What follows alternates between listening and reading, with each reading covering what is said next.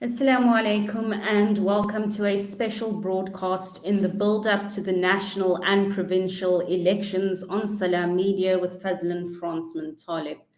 There has been much contestation in the Muslim community about this election. Questions swirl continuously across the garden fence, at family gatherings, and in the corridors at workplaces about who we should vote for. And we've seen a myriad of debates specifically targeting our community. And as one of my colleagues recently said, it has become overwhelming. But as always, in times of great confusion, we turn to our scholars for guidance. On this panel this evening, we have an array of scholars, all decorated and well respected, to talk about this evening's topic, which is unpacking the role of the ulama in elections. Should they be neutral? What guidance should they give? Should they be affiliated? With us this evening, we have Sheikh Anwar and Sheikh Hasan, both authors of the Muslim Voters Guide, which has recently been released. We also have Sheikh Fransman-Taliep, who's from IPSA, and they will be holding a symposium on Sunday talking about, guidelines with regards to the Muslim community. We have Sheikh Saeed Mkane, who is a KZN-based Alim, but also a leader of a political party. And then we also have Maulana Tawfiq Eli, an Alim in Cape Town and a leader within a political party. So we have an array of guests that hopefully will help us have a very enriching discussion.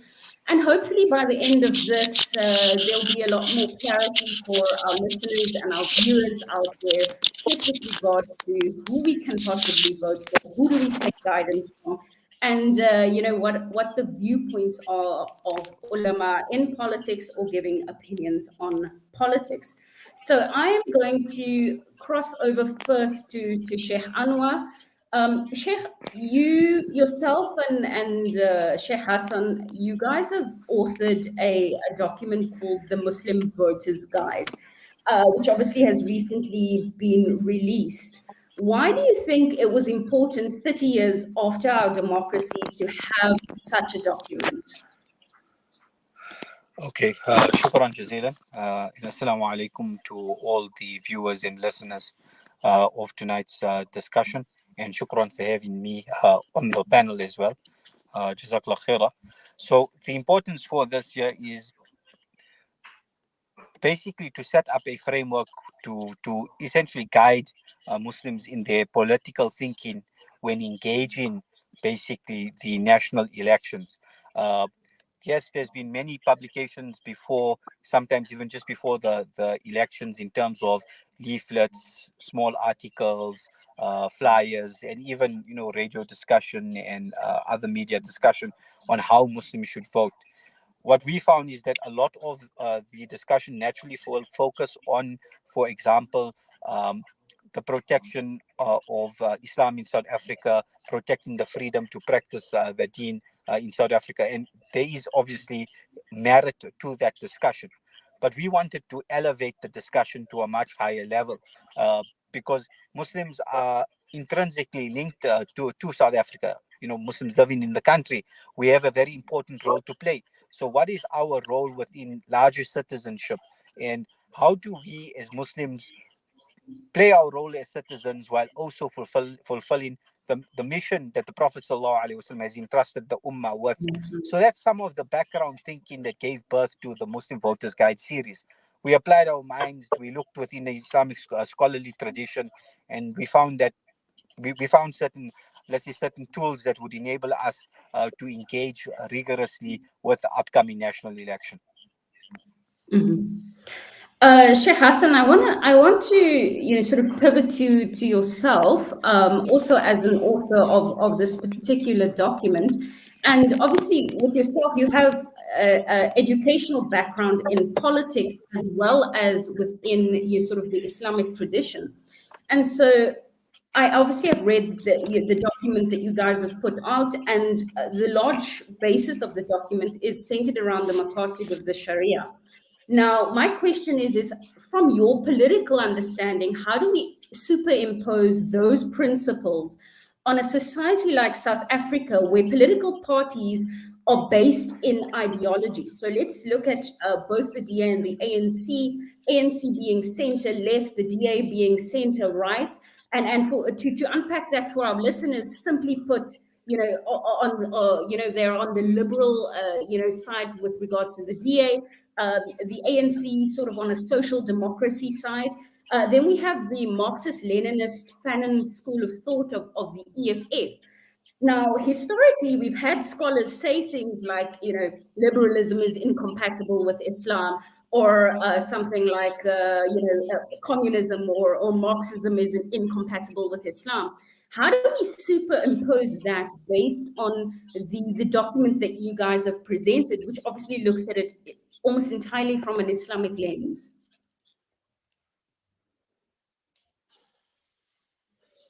Bismillah ar-Rahman ar-Rahim.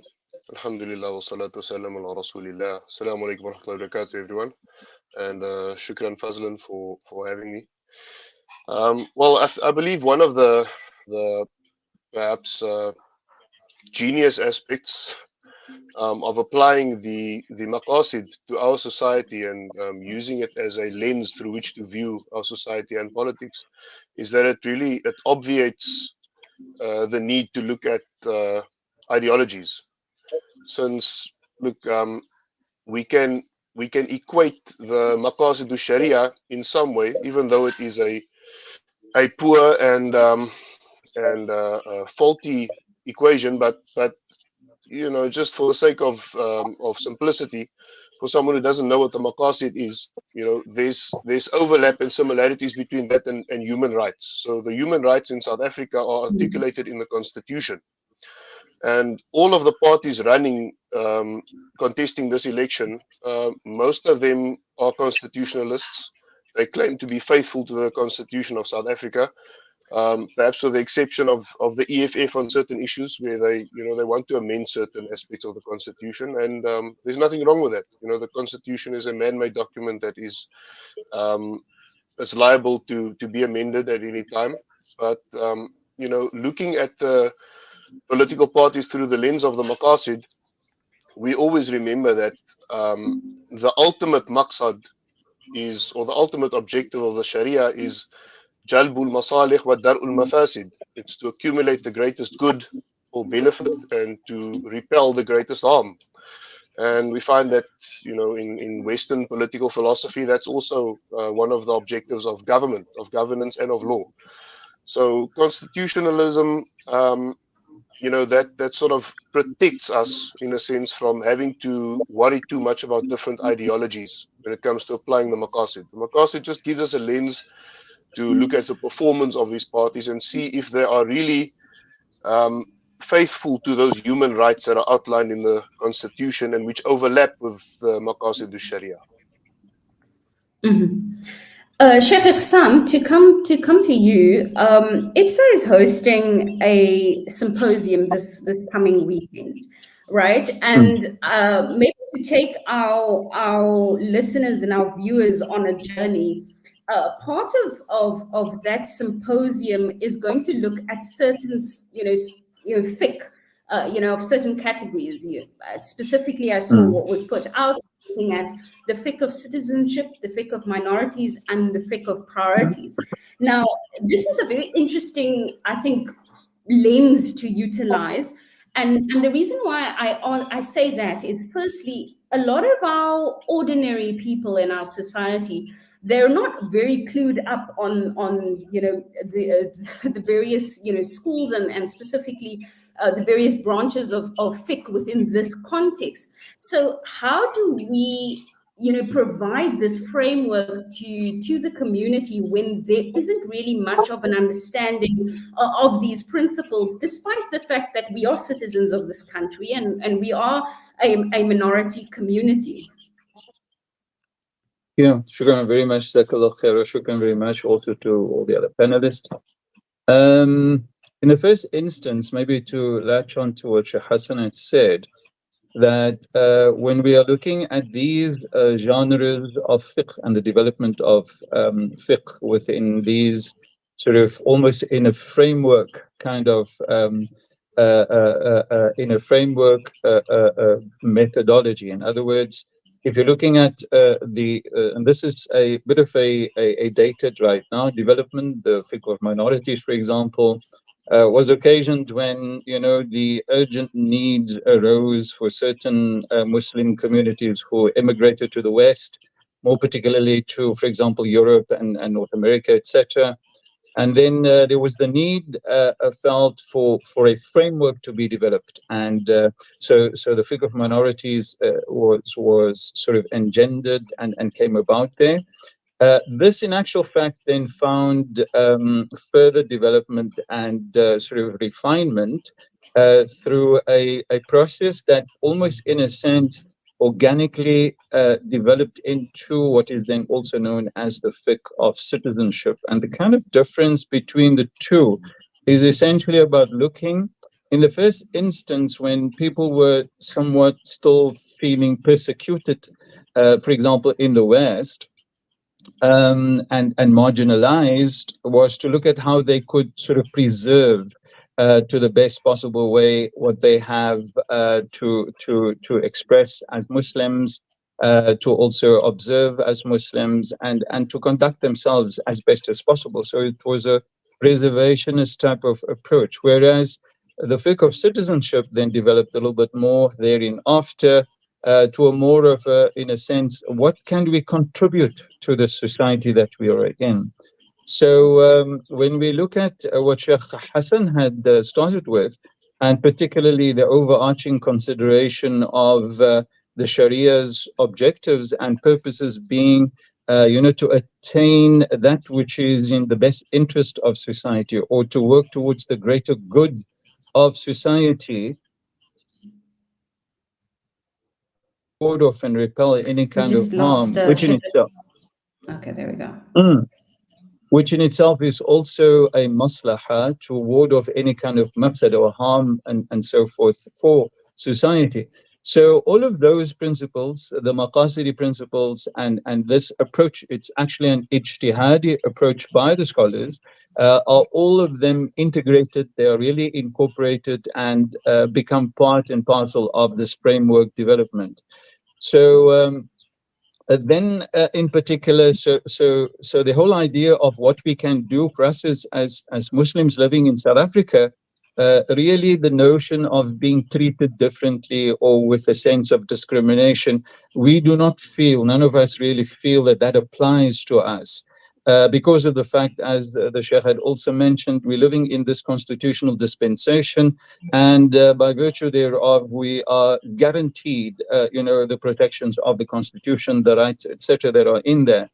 And so, therefore, the notion rather of how do we leverage that very positive situation that we, of course, enjoy, and live under for the benefit of humankind, and what can be our contributions to society. And this is very, very critical. So it's really a important sort of mind shift, kind of important mind shift perspective that we need to maintain and observe in the way in which we do things. And the other dimension, which is, and maybe, I don't know if you want to touch on that right now, was the notion of also within the same development of the genre of fiqh in this regard, but this is preceding and really comes far more directly from Quranic, analyses, etc., which is the fiqh of priorities and the fiqh of balances. So how do you prioritize things and how do you balance things? So balancing would be looking at interests, and this is really quite typical of the kind of considerations that we have to undertake right now. Looking at interests, so we spoke about the greater good of society, but sometimes you will find that you will have to, in fact,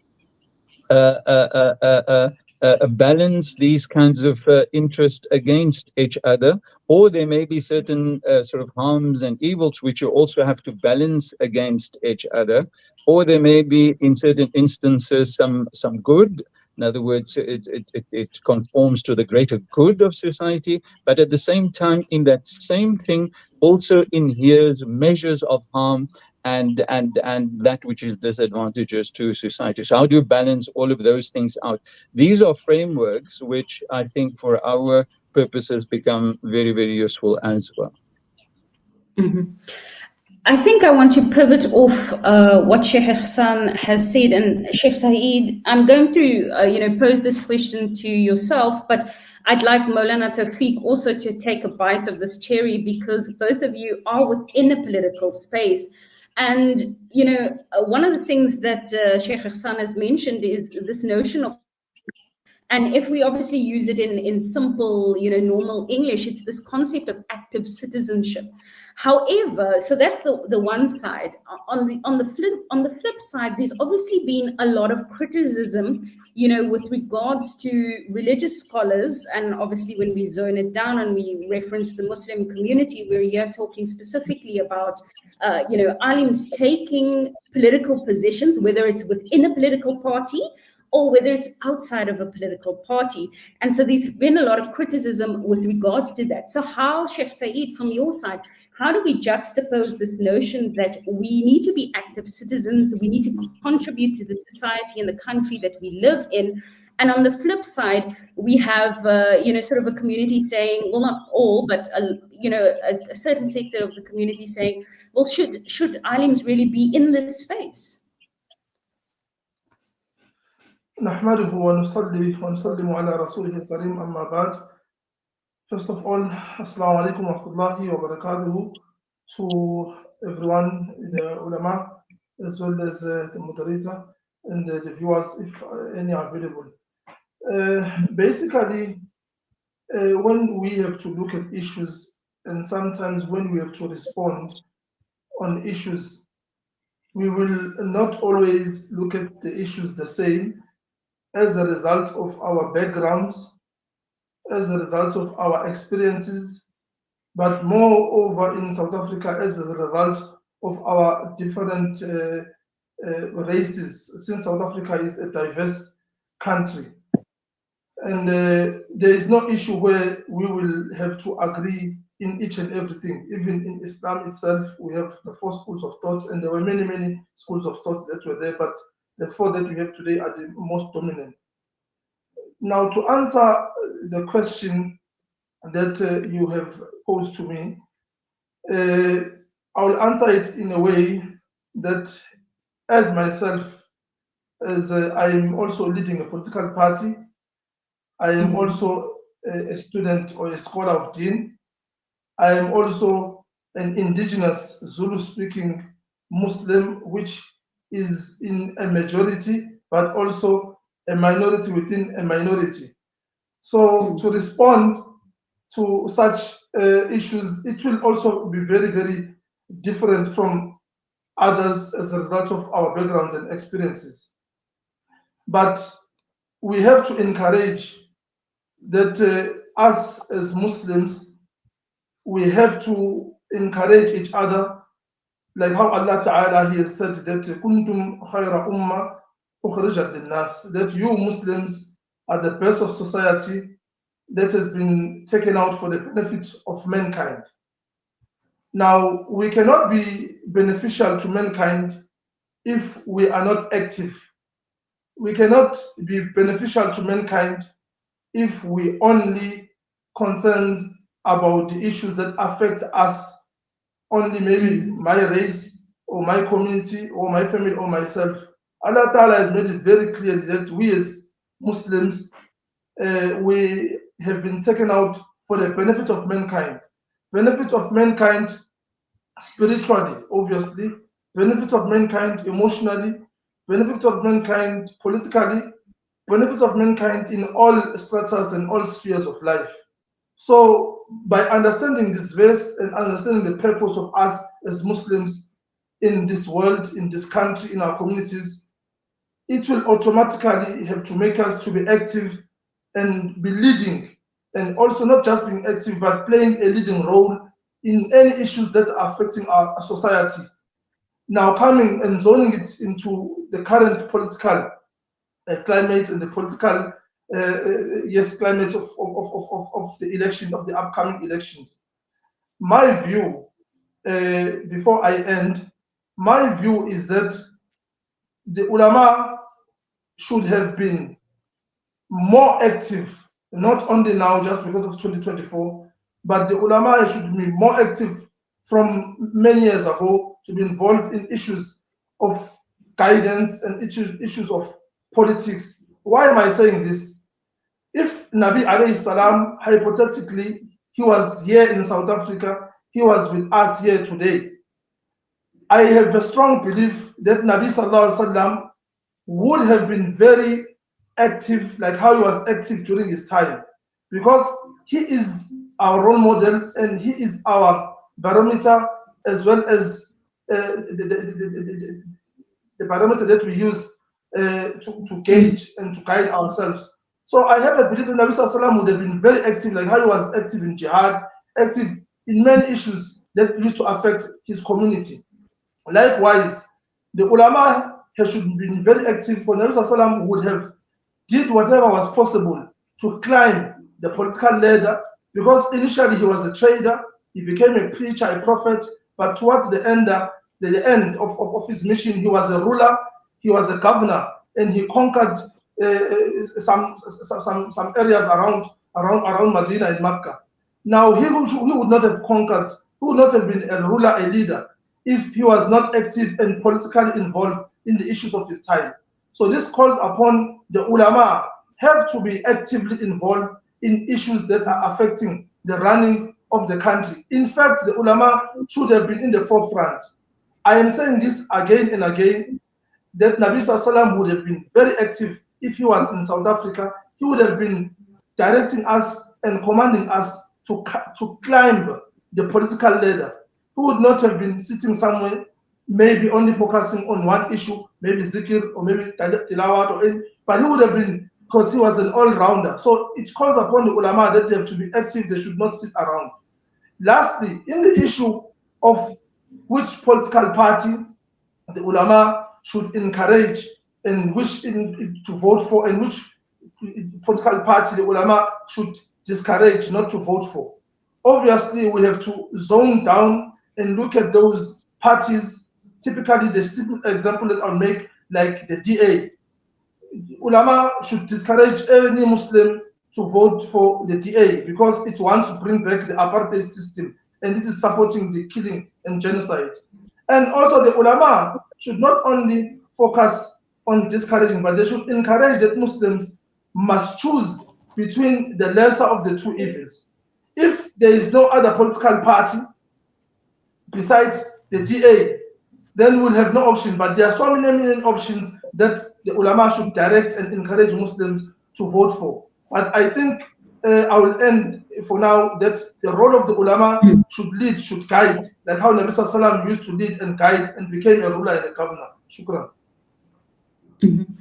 Maulana Tawfiq, I want to bring you into this discussion, but I want to kind of take off from something that Sheikh Saeed ended off with, which is, obviously you are within a political party, but I think the question is, again, much the same one that I posed to him is, yes, should scholars be within politics? So not necessarily just advising, but within.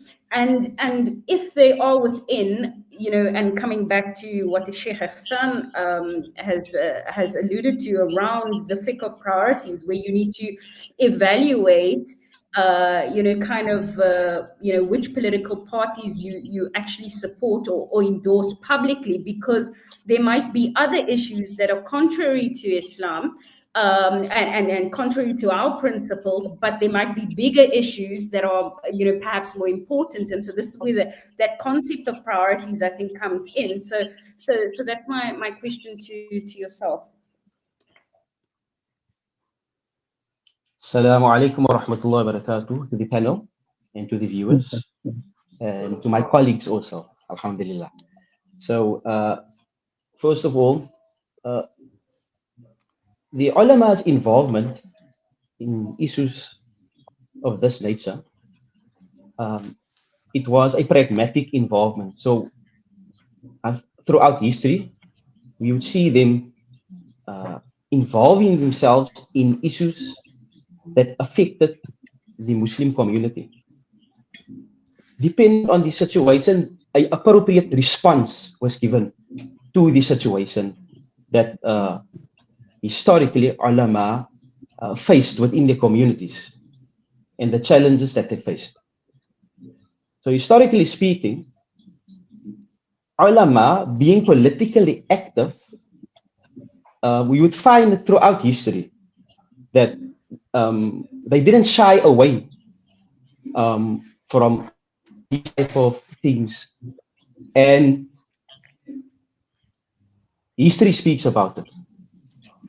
And if our predecessors has sustained us in regard to those things, definitely time will come again. We will find ourselves in a precarious situation where those people that are, immersed with the different ulum sharia, a time will come definitely where they will need to take leadership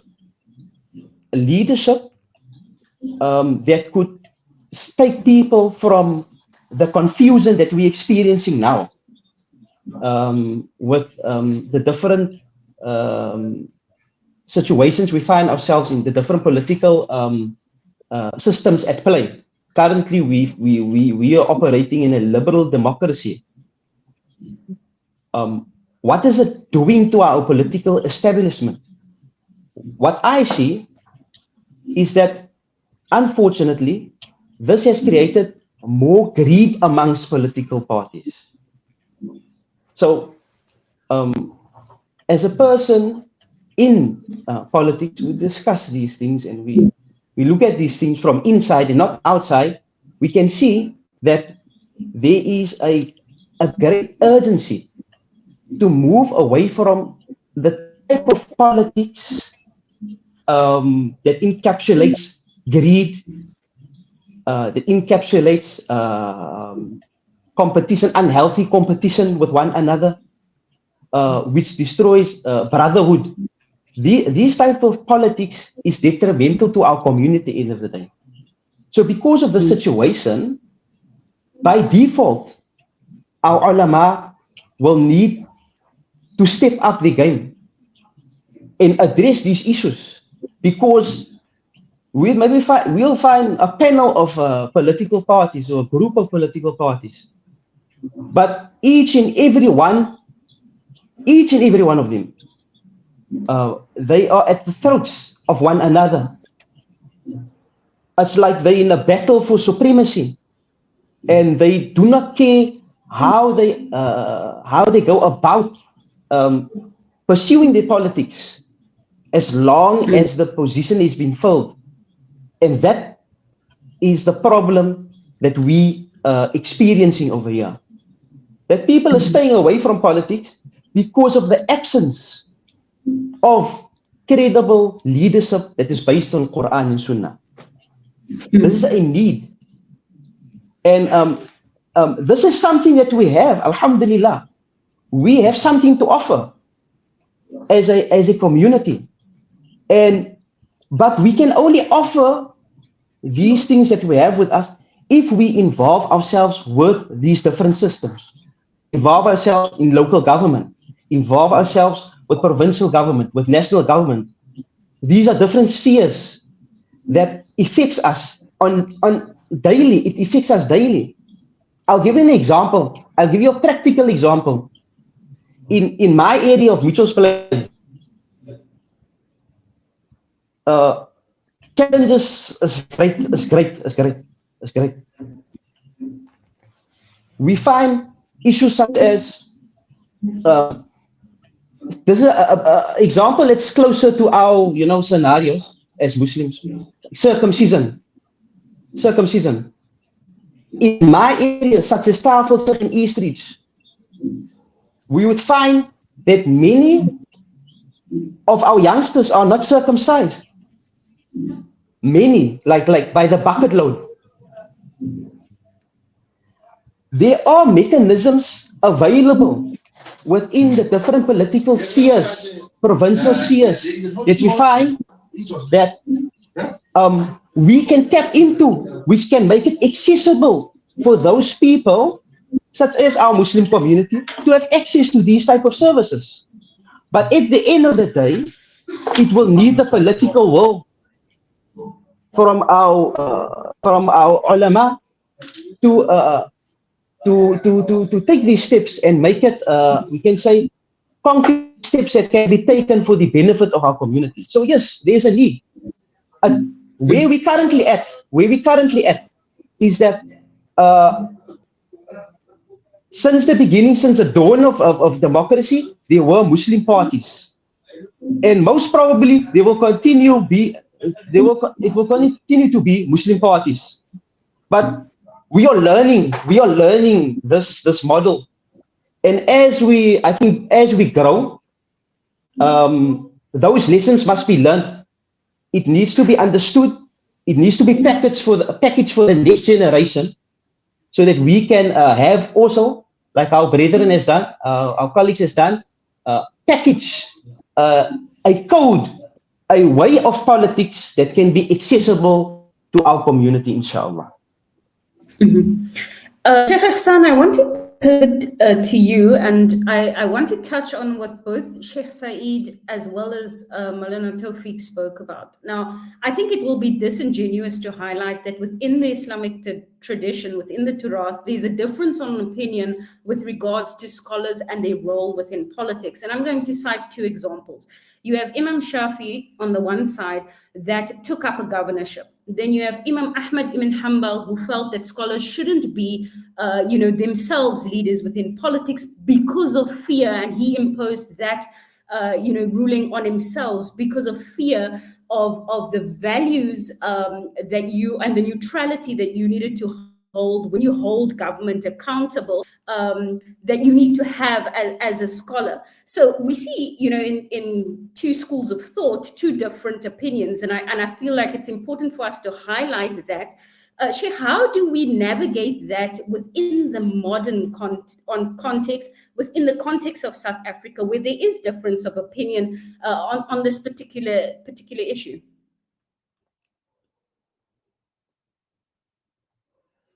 Sheikh Ihsaan, you are muted.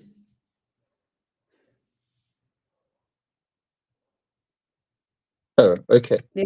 So the question about involvement and non-involvement. Of course, again, if we are looking at the overall structure that our brother Sheikh Hasan had referenced, the principle in reference to governance is that the overarching principle that will guide us which way we are going is justice, right? So the whole notion of how justice is evaluated is in fact referenced by a very prominent scholar, Ibn Taymiyyah, in two ways, right? One of the ways in which he references it, and this really throws the little bit cat among the pigeons in terms of where this conversation is going right now. And I think this is also important because we also need to understand that the message of Islam is a universal message. And that universal message must find expression in the different kinds of contexts, like Sheikh Saeed had referenced, I think, correctly. The context in which we find ourselves, the important thing is that we've got to see how we play roles. The deen is a universal deen. It needs to be made to be landed within the context in which we find ourselves. So to reference justice as the foundational principle here, for example, Ibn Taymiyyah, he had two kind of references in this regard. He said that if an individual of good standing finds himself on the doorstep of being able to occupy a position within an unjust government,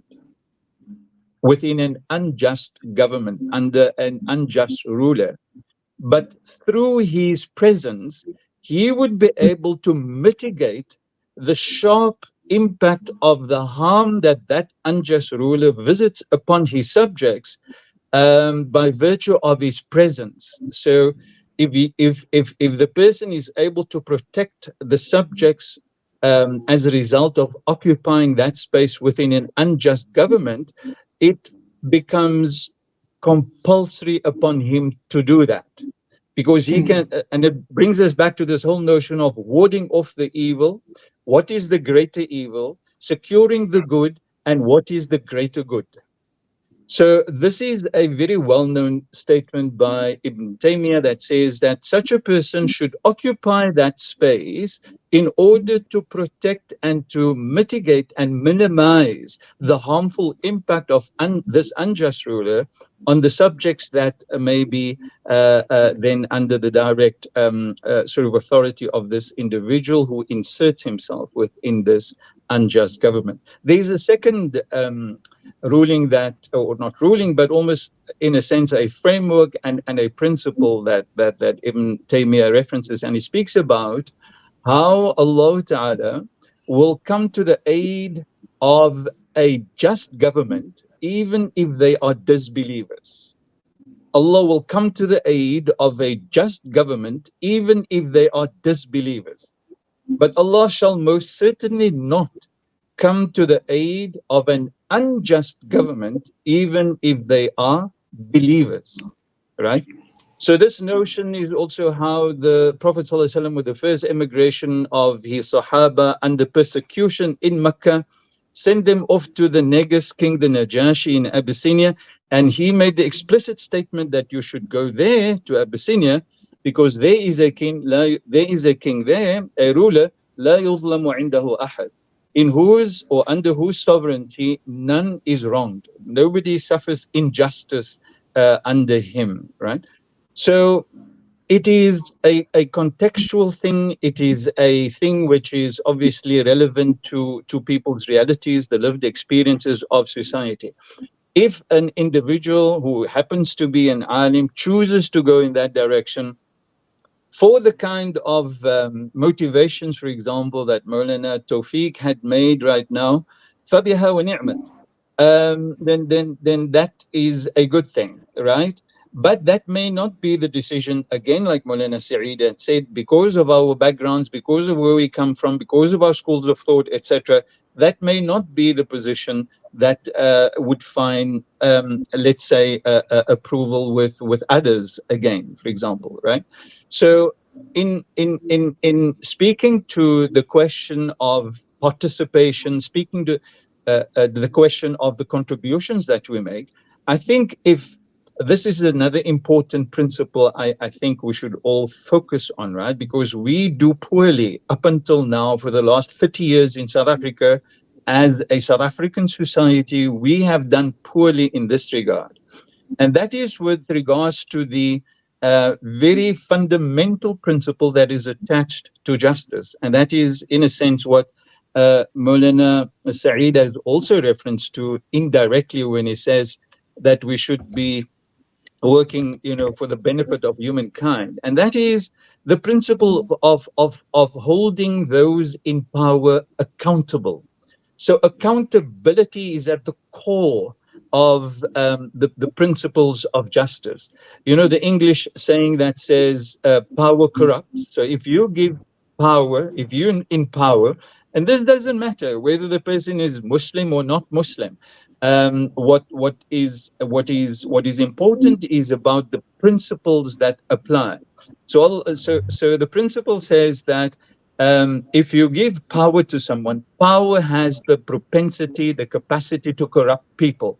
But ultimate power, or rather absolute power, corrupts absolutely. So if you give power to people whilst you do not hold them accountable, then this is Allah's law. The natural result of that will be that kind of power corrupts absolutely.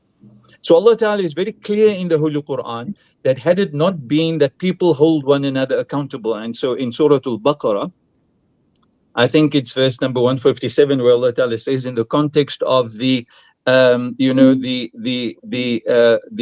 conflict between David and Goliath, right?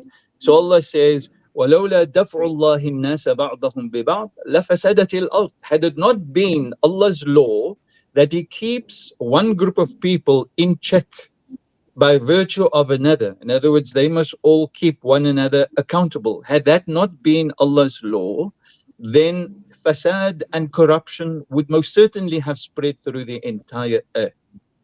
So about going into government for ulama is a question which is open for deep debate, because holding government accountable is a fundamental principle of the deen.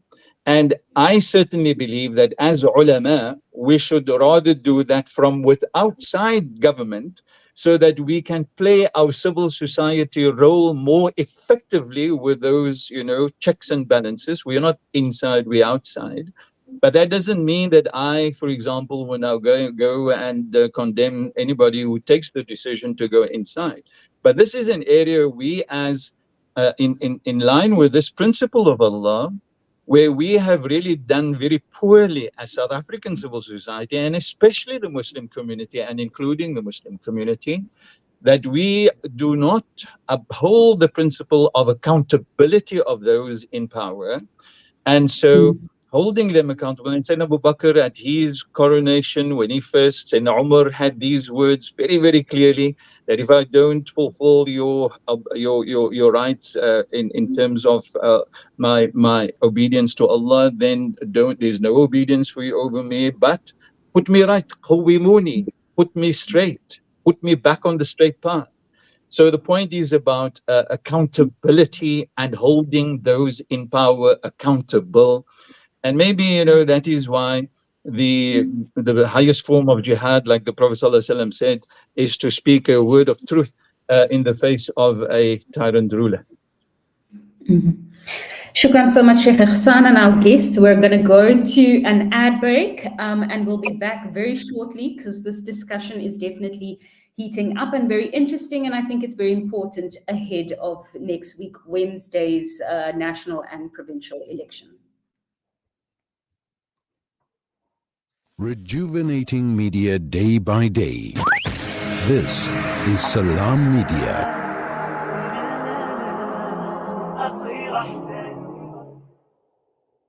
Valley's Motor Spares. We supply motor spares and accessories for all makes and models of motor cars, LDVs, buckies, trucks, and earth-moving equipment. We deliver on time, every time. Please contact us via WhatsApp on 014-592-0925 or call 014-592-0925 or visit 28 Zenderling Street, Rustenburg. Remember the name. Valley's Motor Spares. Kids these days are smart, and when you're competing for their attention against their smartphones, you need to make smart choices, like using Sunfoil triple refined pure sunflower oil in every meal you make.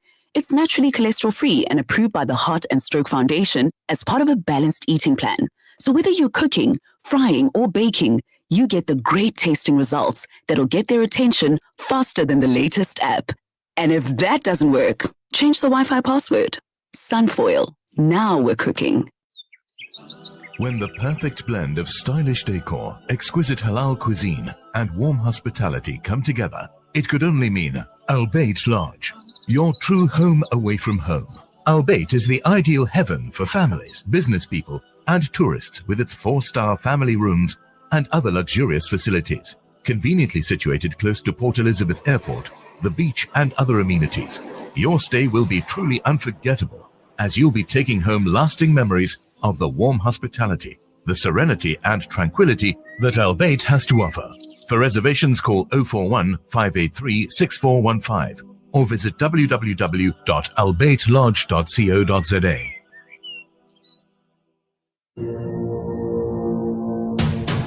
The people of Palestine need your support now. Africa Muslims Agency is on the ground, already providing food, medication, and emergency supplies in Gaza.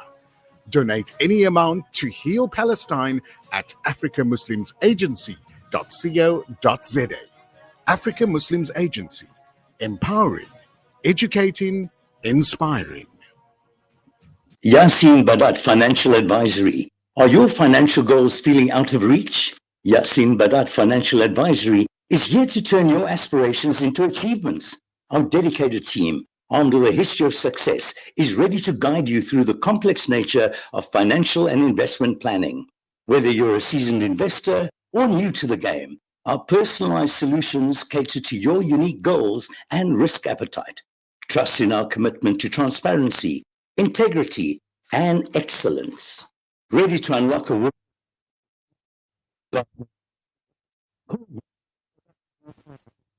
at +273 346 2071 or visit www.yasinbadat.com. Yasin Badat Financial Advisory, guiding you to financial success. The views and opinions expressed on this advert are those of the political party and do not necessarily reflect the official policy or position of Salam Media. South Africans have all experienced frustration by political parties and fake promises. Sun Party is a political party with a difference. We don't just talk, we act with a tried and tested growth plan, ensuring a brighter future for every child and person, economic opportunities for all. Guaranteed economic recovery, reviving our economy, creating jobs and stability. Real change that uplifts every South African. Implementing the right policies rooted in evidence and results. True radical transformation. Bold steps toward equality and justice. Structural reform required. Building a stronger nation. It's time for true change. Vote Sun Party. Proven leadership, economic growth, and a principled approach. The views and opinions expressed on this advert are those of the political party and do not necessarily reflect the official policy or position of Salam Media. Listen to something fresh. Listen to Salam Media.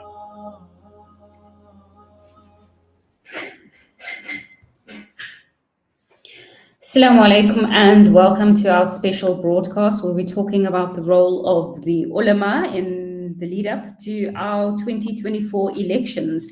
We have an array of scholars that have joined us and are giving different perspectives on different parts of the responsibilities or the role of Ulema, whether it is inside, outside political parties, and then also just generally this concept of actually guiding the Muslim community as we approach next week's election. I want to cross to Sheikh Anwar. Sheikh, we've had a lot of the discussion we've had has been very theoretical. And I want to obviously now try and bring us a little bit to a present reality, whereby we've spoken now about scholars within politics. We have Sheikh Saeed and Maulana Tawfiq that are within political parties, and we've heard different views on that.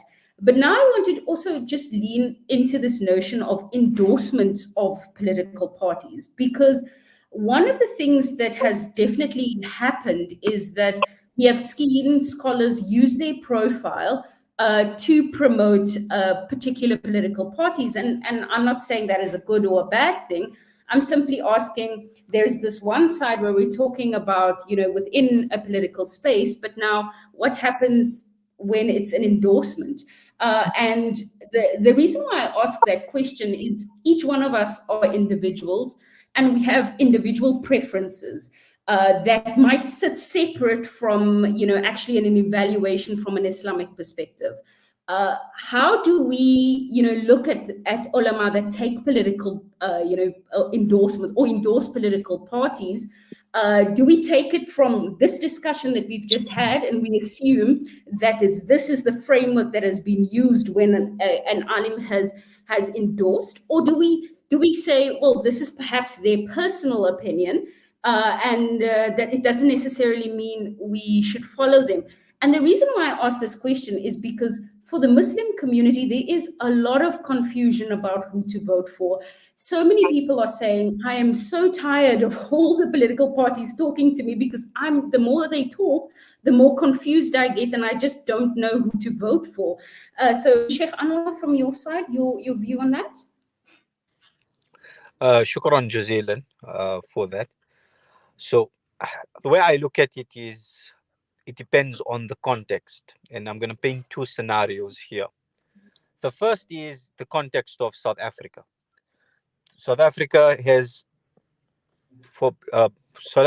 a free society is not on the brink of genocide. And we would hope that whatever the election results are, it's not on the brink of civil war and civil disturbance. So, being a relatively peaceful society and stable country, I, in my opinion, hold that the ulama should not necessarily endorse any one particular party, because parties over their history, they will change. And this is an opinion I hold. However, when the situation in a country is very adverse, there are existential threats. Like take, for example, India. So India itself is going through elections this year. The current ruling party in India, which is supposed to be the world's largest democracy, is the BJP party headed by Narendra Modi, who's the Prime Minister of India as well. But even from Genocide Watch, what we're seeing is that India is on the brink of a genocide, and two major communities are at risk. The first community is the Muslim community of India, and then also the Christian community of India. And these two religions, Islam and Christianity, are being looked at as foreign religions that have no place in India. Now, under circumstances like that, where even organizations such as Genocide Watch and analysts who covered the Rwanda genocide back in the 90s, when you are basically in that kind of situation, perhaps then it's, in my opinion, it would be more appropriate for the ulama to endorse a particular party so as to try to steer your community away from being annihilated and ethnically cleansed. In those kind of situations, in our current climate, I do take this opinion, and I've made this stance publicly known. I would go so far as to say which parties not to vote for based on a Shari'i model, which we have done, myself and my colleague Sheikh Casper Labuschagne. We've done this from the mimbar. We've spoken out in educating our communities. We've spoken about certain parties that should not be voted for, and we've told the Jama'ah, please do not vote for these parties. And the primary motivating factor of not voting for those parties is because of the ummatic concern, the concern of the fact that these are parties that are either Zionist backed or they are supportive of the Zionist apartheid Israeli regime. Under them, we would not have had the ICJ case. Under them, there would be a clampdown on Palestine solidarity activism. So we believe that the blood and the lives of our Muslim brothers and sisters are not so cheap, as to say, we're going to vote for this party simply because they pick up our bins outside of our house faster than another political party. There's an ummah concern in this as well. So in the South African context, we've warned about we've cautioned the community not to vote for certain parties, and we've appealed to the community not to vote for certain parties. But we've not gone to the point of endorsing other parties in sense of saying vote for this party. We have not joined the election bandwagon, and we've done so deliberately, because the nature of politics is that no 2 days are the same. A week in politics is a very long period of time. So, political parties and politicians, sometimes, unfortunately, their morality tends to be very, very fluid. So we wouldn't want the Muslim community caught up in a situation where its ulama, its leaders are endorsing parties that tomorrow turn around to be very, very immoral. What we've done, though, is that we have evaluated parties. We've warned against which parties we believe should not be voted for. But considering where we are, we've also said, okay, you know what? These are the parties you can consider. This is their proximity to Islam. We are testing their proximity to Islamic values and Islamic principles. We leave it then to the voter to decide to exercise, their right to make their own independent choice. But it's not an endorsement. But if I was in India right now, I would be telling my community not to vote for the BJP and to vote for life and to find a different political partner so as to ward off an existential threat. That's a very, very interesting point, Sheikh Anwar. And Sheikh Hasan, I'm going to come to you. So part of what inspired this conversation really was a Muslim politician, and I'm not going to name him, but most of you might have seen. He's not an Alim, but he put out that, political or Alims that endorse political parties should be regarded as politicians and no longer as alims. Now, that is obviously a statement that can be looked at in a myriad of different ways. I think the one is every political party, yearns for the endorsement of religious leaders, because you hope that their followers come with you. And so you have to ask the question, is such a statement only a statement because it's an endorsement of another political party? But I think also there's the question of the validity of that statement, with regards to, and leaning off what Sheikh Anwar said about that endorsement. And I want to give a really practical example. We have on the one side Zionism and parties that shouldn't be supported with regards to that. And this year, perhaps pivots into an additional question around the fiqh of priorities, because on the one side, you make a decision we shouldn't support parties that are pro-Zionist. But on the other side, we have political parties that are pushing things that will have a real detrimental impact on our Muslim community locally. And I use a very practical example, the training of ECD teachers in gender normalization. And a lot of people find that deeply problematic. So when we weigh this, how do we weigh this? What is the evaluation that we utilize to be able to say the one is better than the other?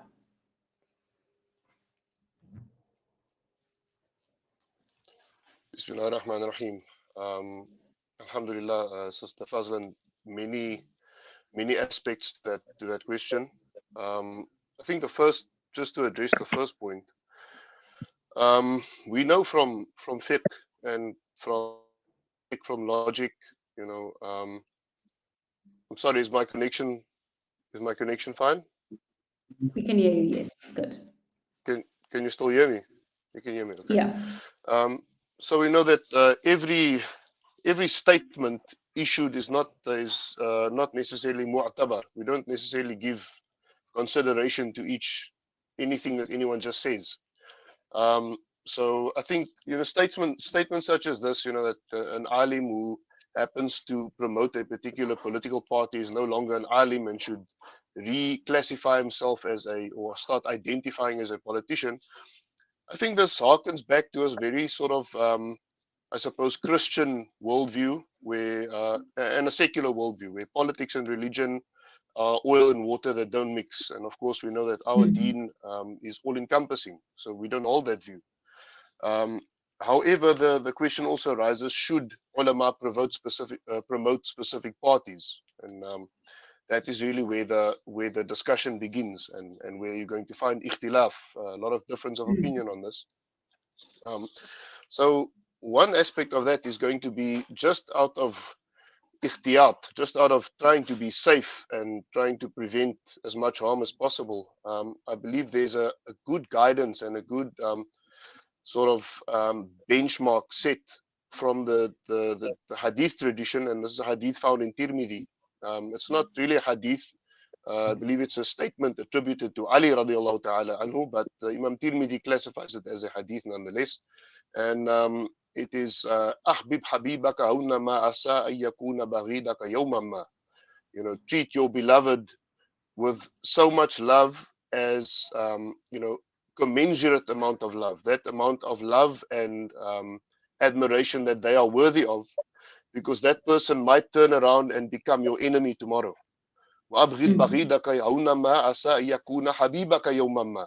And treat your enemy, or the one that you have enmity towards, with only so much enmity as he is worthy of, or she is worthy of, because the next day they might become your friend. And we find in our political landscape, this is the default state of affairs, where one day someone is backing this party, and then something happens, and there's something leaves a bitter taste in their mouth, and then there's a floor crossing. So it's a very sort of turbulent environment for an alim to be in.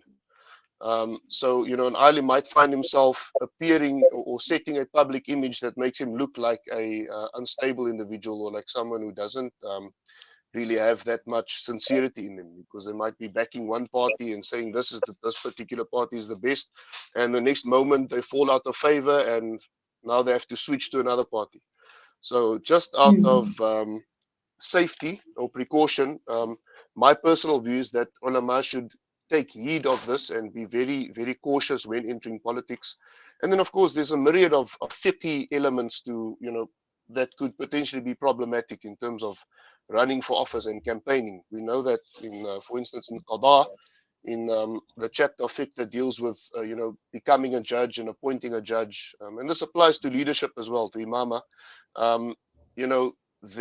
We find that talab, the desire to seek high position is frowned upon, at least frowned upon, but many times it is haram, it's impermissible.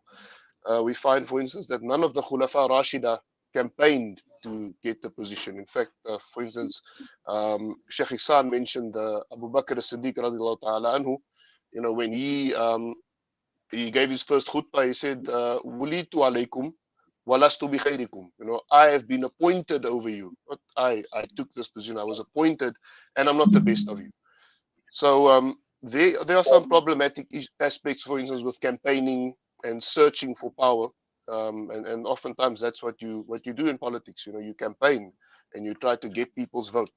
So there's many problematic issues with it, but with statements such as this, that ulama can't promote a certain party because then they have to become politicians and no longer be ulama. Allah subhanahu wa ta'ala tells us who the ulama are. وَمَن يَخْشَ اللَّهَ مِنْ عِبَادِهِ الْعُلَمَاء. It's those who have the most khashya of Allah, the most fear of Allah. So there's standards by which we weigh this. A lot of who's considered an alim has to do with peer recognition as well. So we don't really pay too much attention to statements such as these, but there are certain problematic issues that could be an obstacle to an alim running for office. And then if we have enough time, perhaps I can just get on to the last part. I'm sorry, I know I'm going on and on and on. But how do we weigh, for instance, akhafu dararain, the least of two evils? And I think, look, my personal view in this is that I have confidence in this ummah. I have confidence in the capability and the imani capability of most Muslims, the spiritual capability. Rasulullah ﷺ tells us, ittaqu firasat al-mu'min, be careful or be mindful of the firasa, of the foresight of the believer, the mu'min.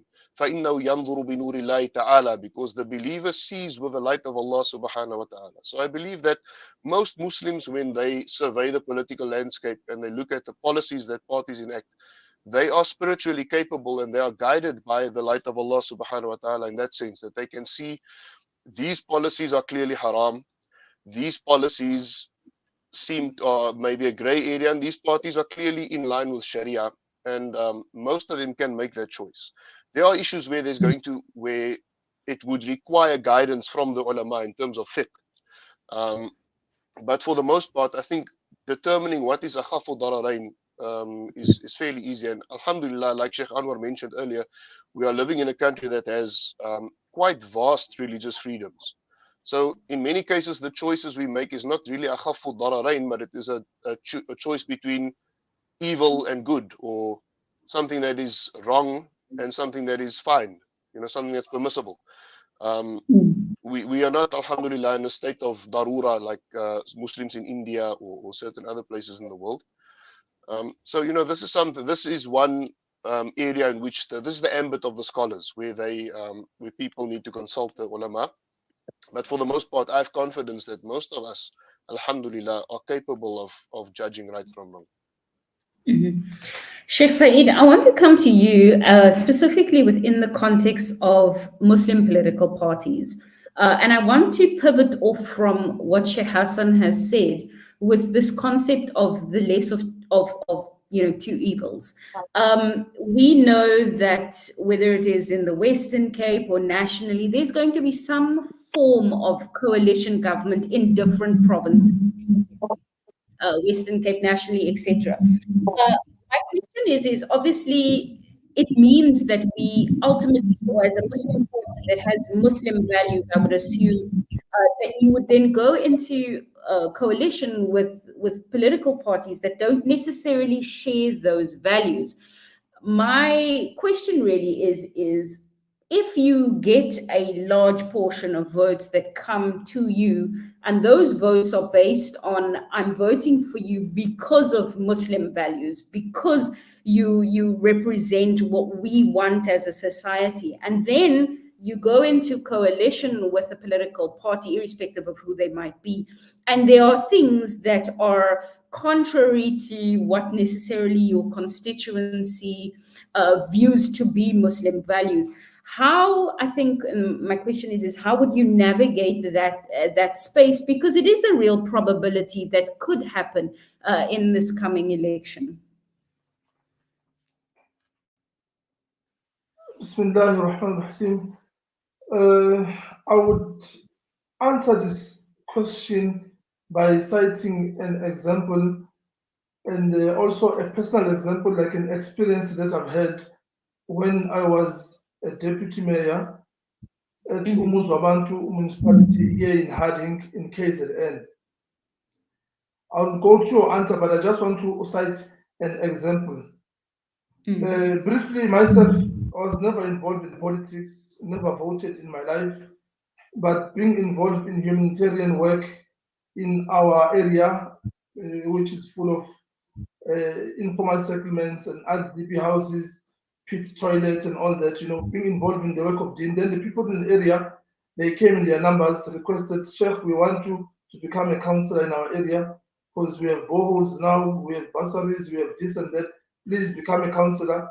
Then I took mashura from some of my senior ulama and requested mashura. Then I got myself involved in government and became a councillor, a ward councillor, as well as a deputy mayor at the municipality.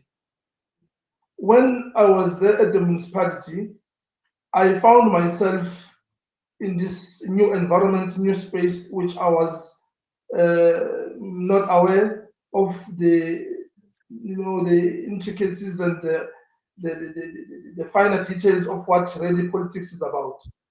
Now, I had to find myself in issues where we have to compromise and be in coalition with, for example, the ruling party, of which on some of the issues I personally saw that maybe 5 million rand to electrify few houses which never had electricity before since 1994, but the money is gone. The money is eaten, and 11 million rand is eaten within a space of 5-6 months.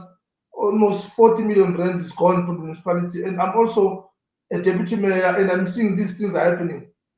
But at that time, my party, which I may not mention, has got a view, and my party is compelling me that you should be in coalition with the ruling party, and you should always vote with the ruling party, and you should always support the ruling party.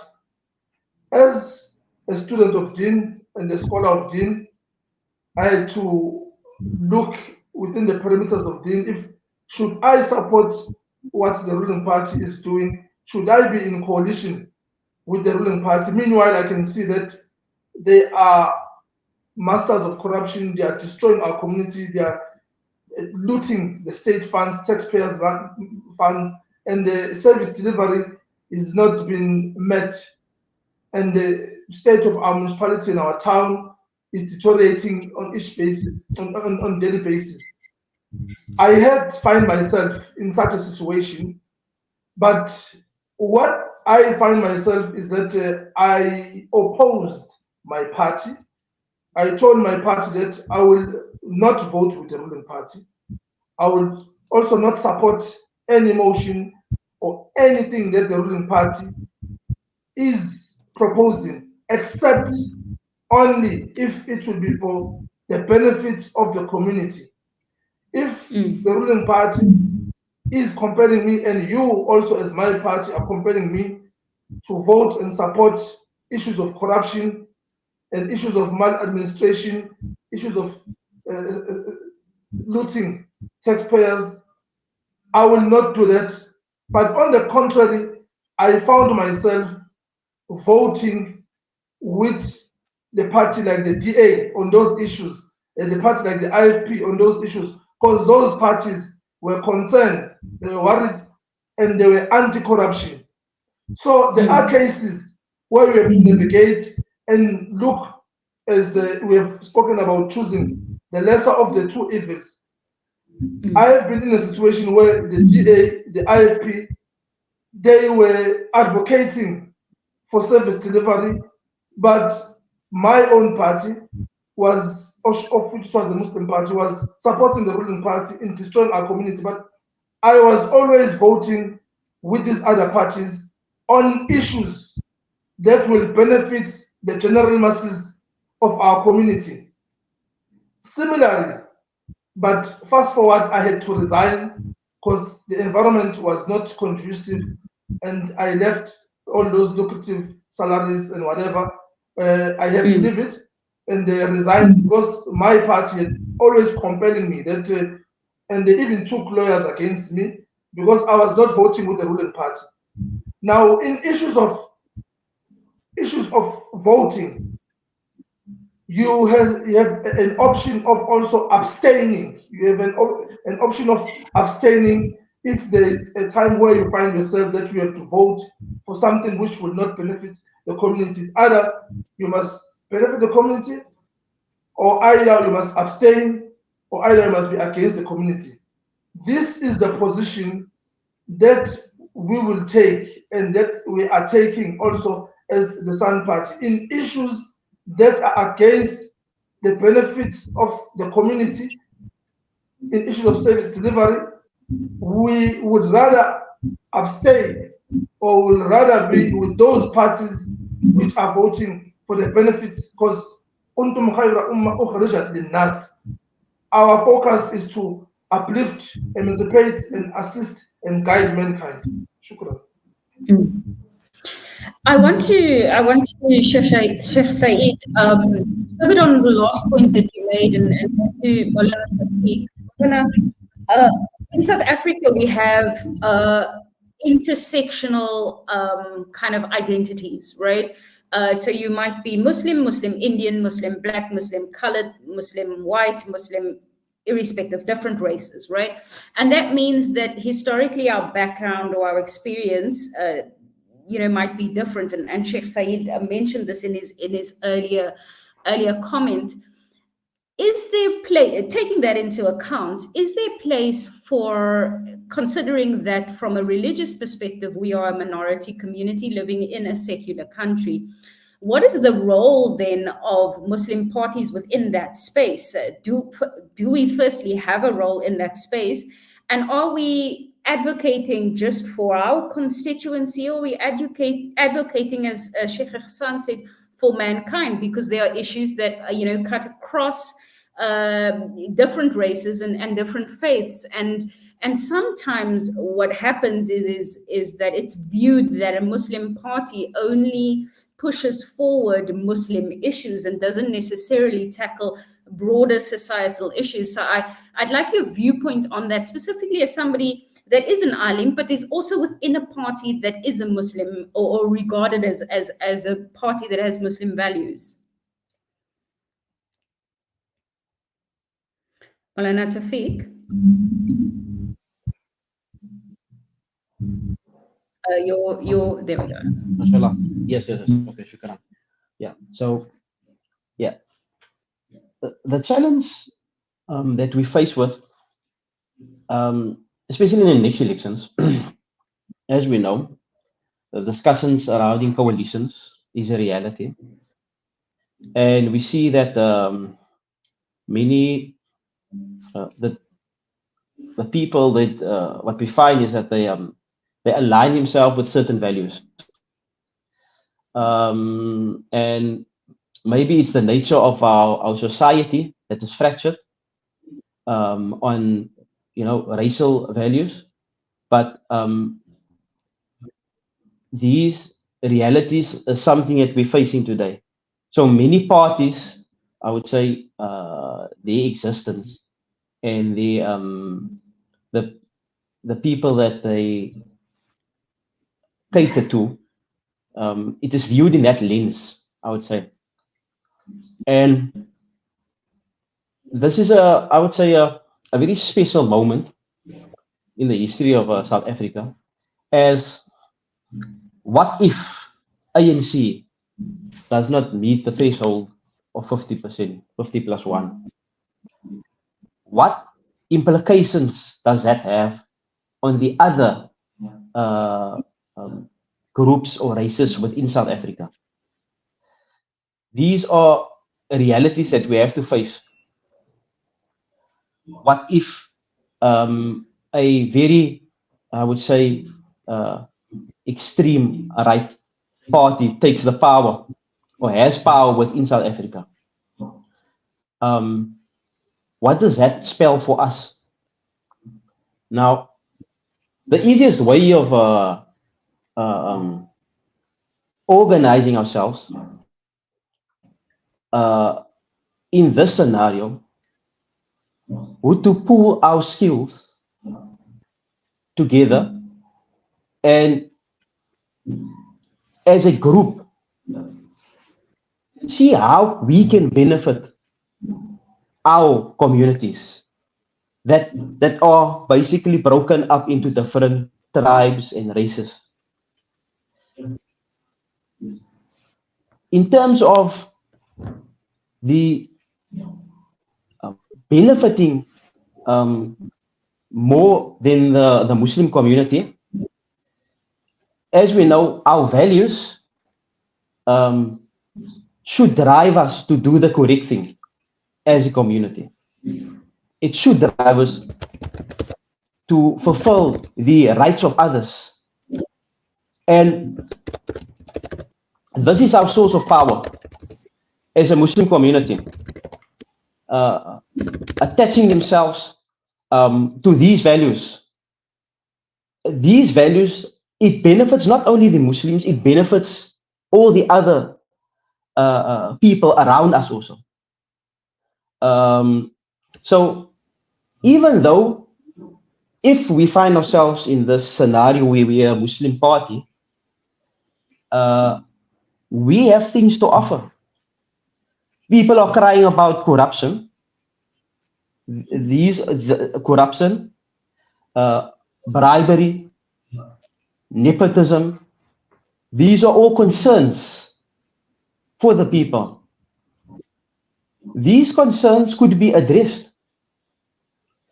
It can be addressed from as we as a political entity. It can be addressed, and it can be leadership can be shown in that way. The question would be, however, that have you matured enough to take on that leadership on this level when it comes to politics or going into government? Have you matured enough to look past our self-interest and actually be in this sphere, in this this situation that we find ourselves, and actually benefit the people? I think each and every subsequent generation will need to answer that. And after every election cycle, we will need to take cognizance. We need to see what was our achievements, what have we offered, do we have more to offer? If there's a failure from us, the current Muslims, if they cannot offer anything, any credible to the community in South Africa, then by default, that community will fade away. And a new Muslim way of thinking will replace it. A new perspective will replace it. So we are finding ourselves in these, I would say, discussions, in these things. Maybe we start something, maybe we start a discussion. Maybe we won't even benefit from the fruits of that discussion, and it will be taken up by the next generation of leaders, Muslim thought leaders. But it is important that we shouldn't alienate ourselves, and we should do our contribution, and we should, whatever assistance we can give, whether it's to our Muslim community, and there are mechanisms that can benefit the Muslim community. there are things that we need to pursue that benefits the Muslim community, but at the same time also, there are things that that affects the broader issues within South Africa, such as, if I may mention, the land expropriation without compensation. That is a very, it's something that needs to be addressed somehow. Our idea, our perspective on these things is clear. There's certain things, there's certain haqa'iq, there's certain rights that people has, and we need to share that with the people. And it was shared, as far as I understand. The issue came up, the issue of land expropriation without compensation. It was discussed whether or not the masajid and the churches will also fall under that law. Will it also be affected?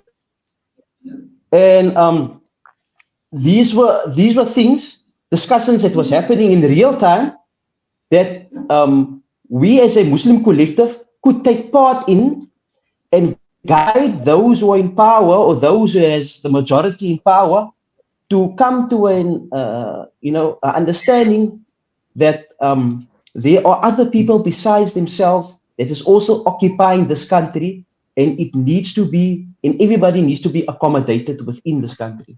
So yes, in that way, we can benefit our constituency and the Muslims, as well as the broader people within our country. Alhamdulillah. Mm-hmm. Shukran, Maulana. We have to go to our final ad break before we close up. So we'll come back. This discussion is really very interesting. A lot of different perspectives on, an array of issues, but specifically relating to the role of ulama within the context of the upcoming elections. So join us after the break, inshallah. Listen to something fresh. Listen to Salam Media. Searching for elite local and international investment and advisory services from an award-winning firm? Look no further than the Belmont Meyer Group, your gateway to unparalleled investment and wealth management. At Belmont Meyer, we believe in the art of wealth creation, a meticulous process fueled by our unwavering commitment to excellence. With a focus on providing elite alternative investments and quality advice, we also pride ourselves on maximizing value for our esteemed investors, as seen through our consistent outperformance. Your financial success is our top priority. Join us at Belmont Meyer and experience the difference firsthand. Ready to embark on a journey of greatness? Contact us today. Reach out to the Belmont Meyer Group on 078-786-1698. Call or WhatsApp or email us at info@belmontmeyer.com. Elevate your financial future with Belmont Meyer, where every detail matters. Discover the Africa of your dreams and surround yourself with her spectacular beauty. Relax beneath her serene sunsets and explore wildlife at its natural best. It's where the pride of Africa comes together. The Kwantu Private Game Reserve. Get to know the Big Five or cruise on an elephant safari game drive. Interact with lion and tiger cubs and enjoy world-class halal cuisine while we pamper you during your 5-star stay. Indulge in the true African experience. For reservations, call now on 042-203-1400 or visit kwantu.co.za. The Kwantu Private Game Reserve, the place of gathering. After the recent attacks on Gaza, many families have been displaced with their homes left destroyed. Through your donations, our teams are on the ground in Gaza, providing support and delivering necessary aid to families affected. The people of Gaza need your help. Give hope. Donate today to Penny Appeal South Africa. www.pennyappeal.org.za 031 1100 573. We are here on the ground with many appeal organizations in Gaza. Shimmer, sparkle, captivate. Nothing less than a masterpiece. Droplets of gold inspires precious design. Platinum bursts with intricate freshness, and every pure diamond becomes more than just a girl's best friend. Voda Gold Gem Jewelers, where timeless dreams become a reality. Come to us. We tailor-make designer gold, platinum, and diamond jewelry. Trade in or remodel your old gold. Clad yourself with classy name-branded watches. We offer insurance valuation and free zakat calculation. Visit us at 534 Ridge Road, Overport, or call 031 208 9142. Voda Gold Gem Jewelers, manufacturers of fine gold and diamond jewelry. Southern Africa Dawah Network is a non-profit organization striving to uplift the disadvantaged and empowering through education and dawah. Donate to the SADN centers, the M.A. Motala Islamic Center, as well as our Islamic centers in Amoti, Imtalumi, Botshabelo and Castile. Donate your zakat and lillah today. Contact Farooq Sheikh 076-321-0650, Yusuf Mohammadi 072-259-3457, or the SADN head office 031-304-8000.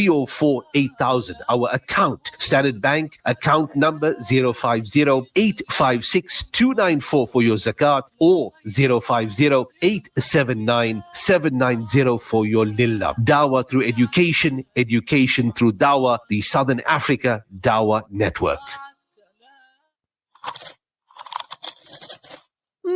Dad, these Frymax chips are so tasty. Wow, that really takes me back. My dad bought me a Frymax chips every day after school. They were my favorite when I was your age as well. Quality is at the very heart of what we do, and that's why we ensure that every Frymax packet is filled with the beautiful goodness and flavor-packed taste that you've come to expect from us since 1982. Frymax, from generation to generation. Maulana Timur will once again be taking a trip abroad for Qurbani. Many people in the villages live well below the poverty line and only eat meat on the days of Eid al-Adha. Support this cause at 2,030 Rand for 7 shares or 290 Rand per share. Contact Maulana Timur, Maulana Sajjad, Maulana Hamad or Maulana Abbad on 011-852-6324 or 082-368-6866 or 072-697-0131. All slaughtering will be supervised by a team of foreign and local ulama. Visit www.operationqurbani.org.za. Listen to something fresh. Listen to Salam Media.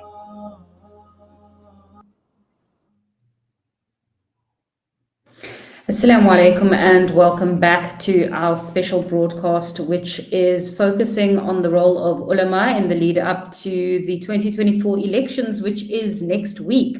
It's been quite an interesting discussion. We've pivoted from, theoretical understanding to practicalities with regards to whether it is alims being within political parties or the guides that Muslims should use when they evaluate who to vote for.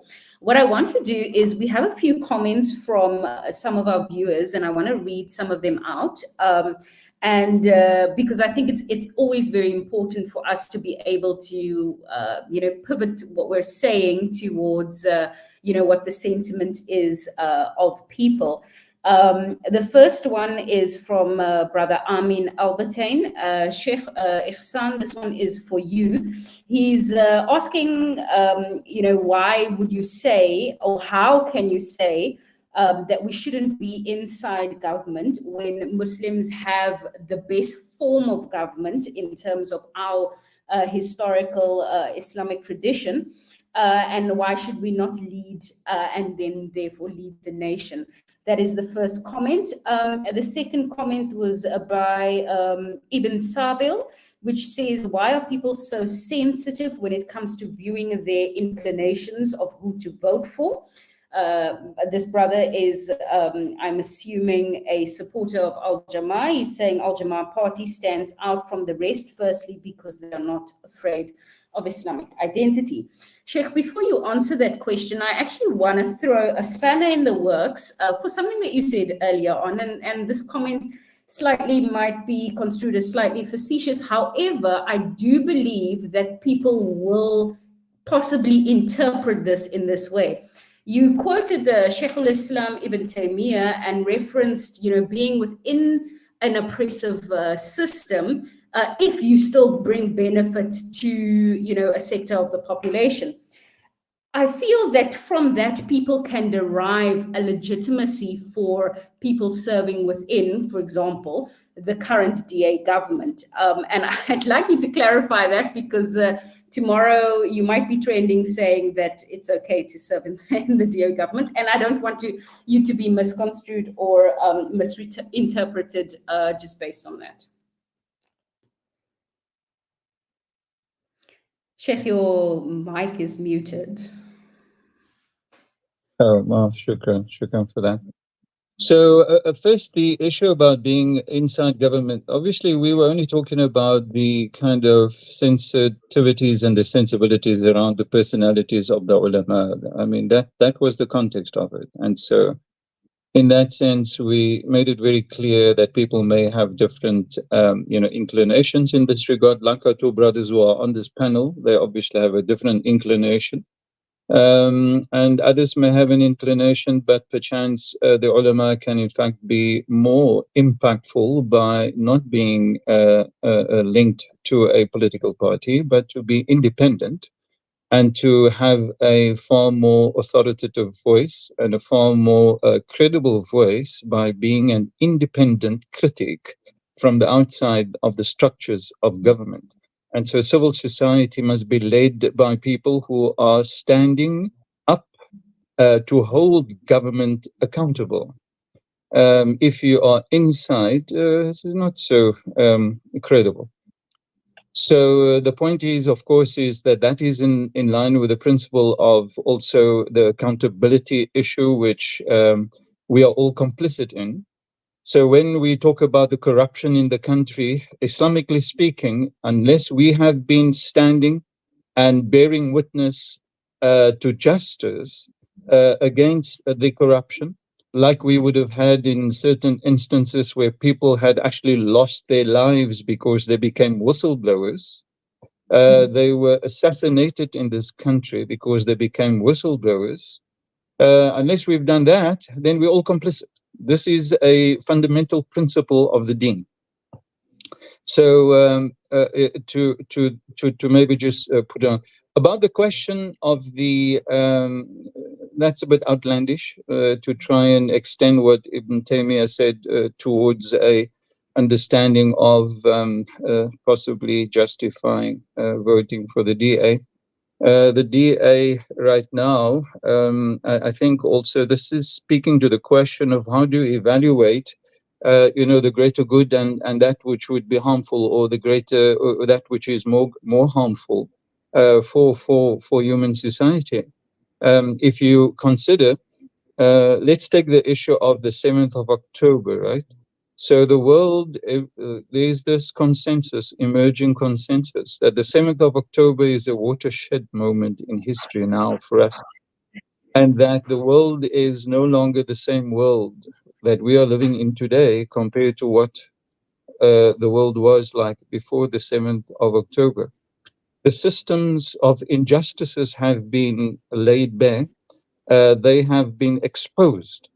And the issues that we would ordinarily have maybe had certain people identifying and understanding, the injustices, for example, of Zionist global capitalism, is now becoming an issue of a grassroots nature, is now becoming the propelling sort of fuel for students on the very institutions like the universities where these elitists believe that they are incubating the next generations of leaders in for Zionist global capitalism, are finding that these very young people are standing up against this very ideology or this very philosophy or the system. And so when we then look at the whole notion of where that brings us globally, global sort of Zionist capitalism is identified as the worst enemy and the most harmful enemy of humankind in its entirety. So on the basis of that, we can then also see and understand why, when the South African government took the stance that it did at the ICJ to stand up as a sole lone voice, it had then attracted the admiration and the awe of people who before that, including myself, had been extremely critical of the ANC government, recognizing that this is something which is a moral voice, which caused, we were at the anti-apartheid global conference, and somebody none less than Ali Abu Nima of the Electronic Intifada made some references to the South African government on the basis of the ICJ case and referred to it as a moral superpower. Those were his literal words, right? And these are seasoned people who can't travel, for example, to the US, can't travel to certain countries in Europe because they are too outspoken in terms of their critiques of these governments, right? We're all complicit in the genocide in Israel. So the question of a global Zionist capitalism has exact relevance for us here in South Africa, and more particularly in the Western Cape as well. I would slightly differ in the evaluation that Sheikh Anwar did with regards to us not facing existential threats here in the Western Cape or in South Africa.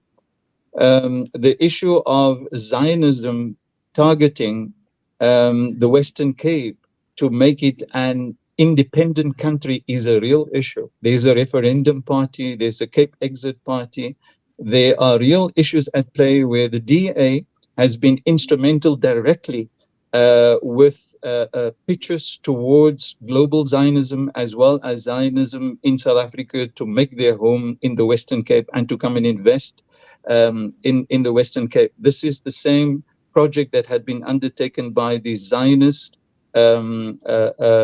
chief rabbi of the South African Jewish Board of Deputies, who did that campaign globally to call Zionism to come and look at settling here in the Western Cape in particular. So that is one of that for us is a great evil. That for us is an existential evil.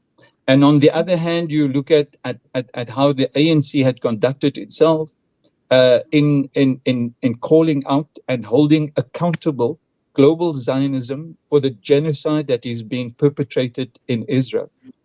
This kind of evaluating that overarching benefit that the ANC has brought not only to South African society, but to the global human society, and the role that it plays in keeping global Zionism at bay, and comparing that even to, the harm that we see in the ANC over the last period, certainly in the 30 years, in the Zuma years of state capture, the reason why we had the Zondo Commission, the reason why, of course, there had been the reports of the Zondo Commission that had been published, and the reports by government currently that have given a report to Parliament as to what were the progress that had been achieved by government, which gives indication that there's clear intentions of reform.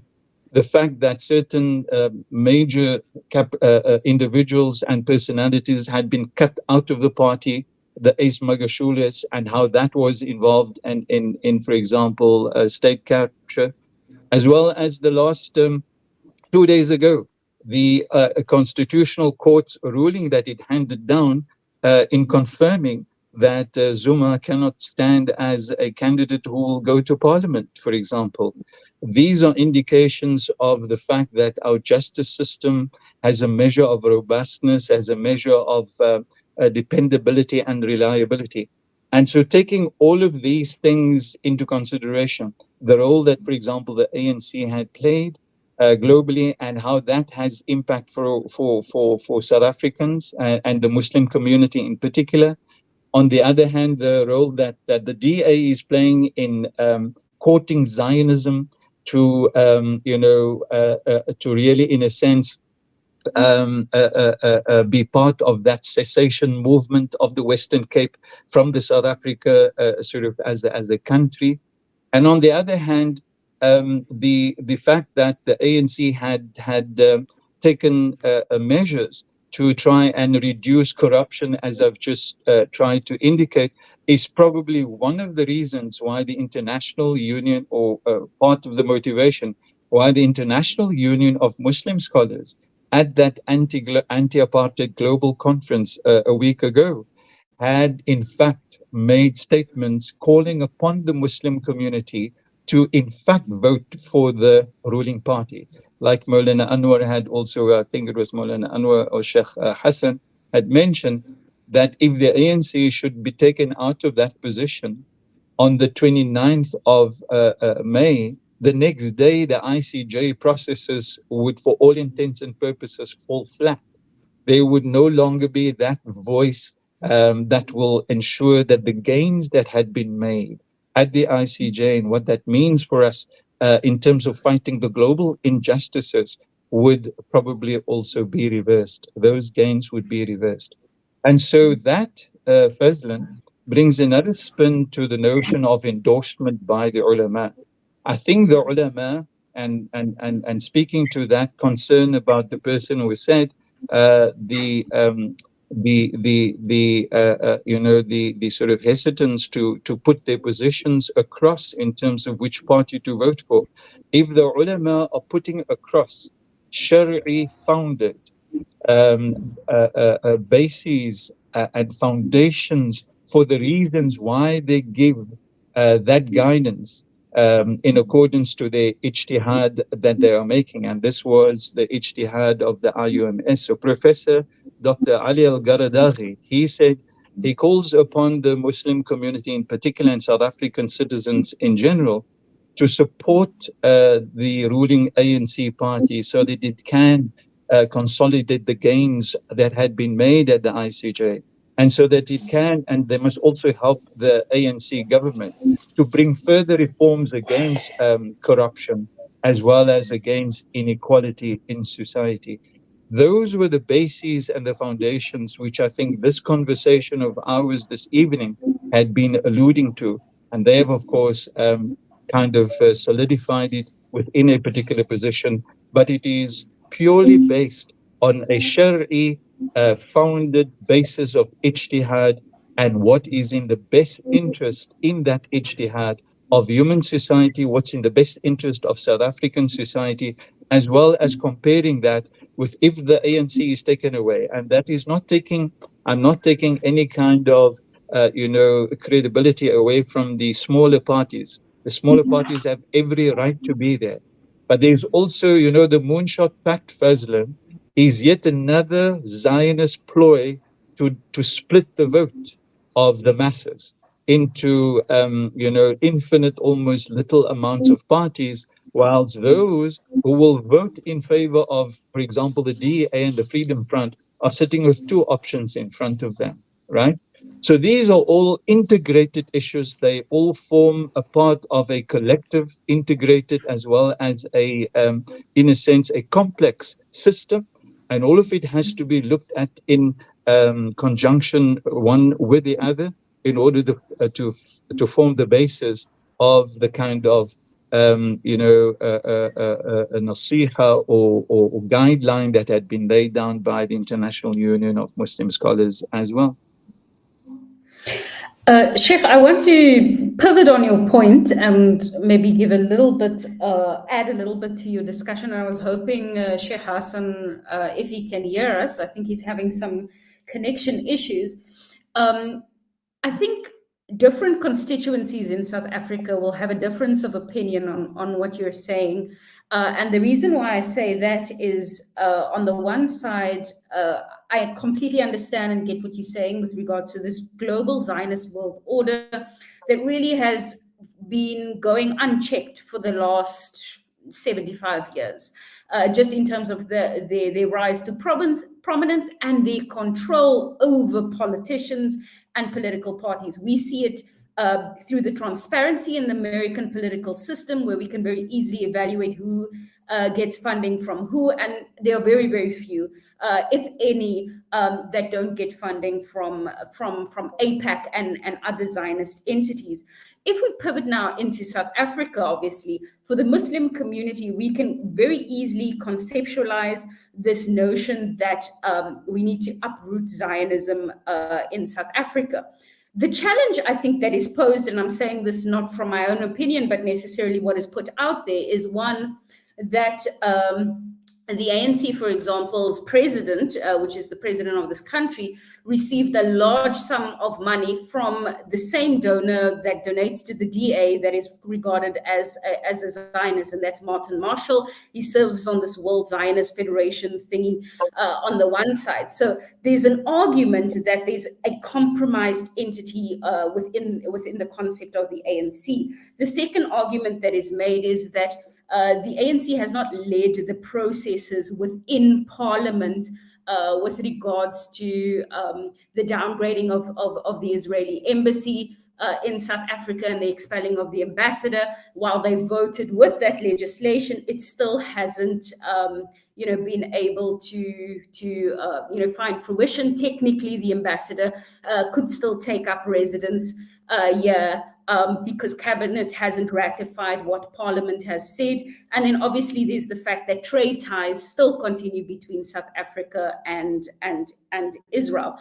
And so Sheikh Hasan, I'd like you to kind of give input on what Sheikh Hasan has said, and basically my contribution as well, because I do feel that this issue leaves a lot of people quite confused in terms of where to go, because the ANC itself is not consistent in the various aspects on this particular issue.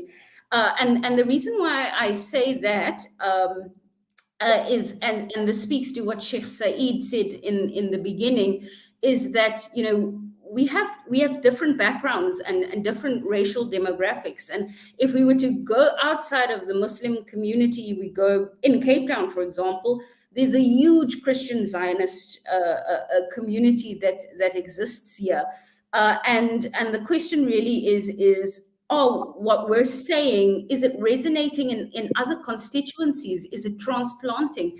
And can we make the moral argument from ourselves that we should, money that should have gone through to save a child's life in terms that has now gone to corruption locally, and then make that moral argument with regards to we need to prioritize Zionism, because it isn't about potholes. It is about the question of Zionism, which I do think is a big problem. But then on the flip side, this notion that the ANC has embedded problems with regards to corruption, and that corruption has led to us, a lot of service delivery problems, a lot of people not getting what they should. So, Sheikh Hasan, if you want to weigh in.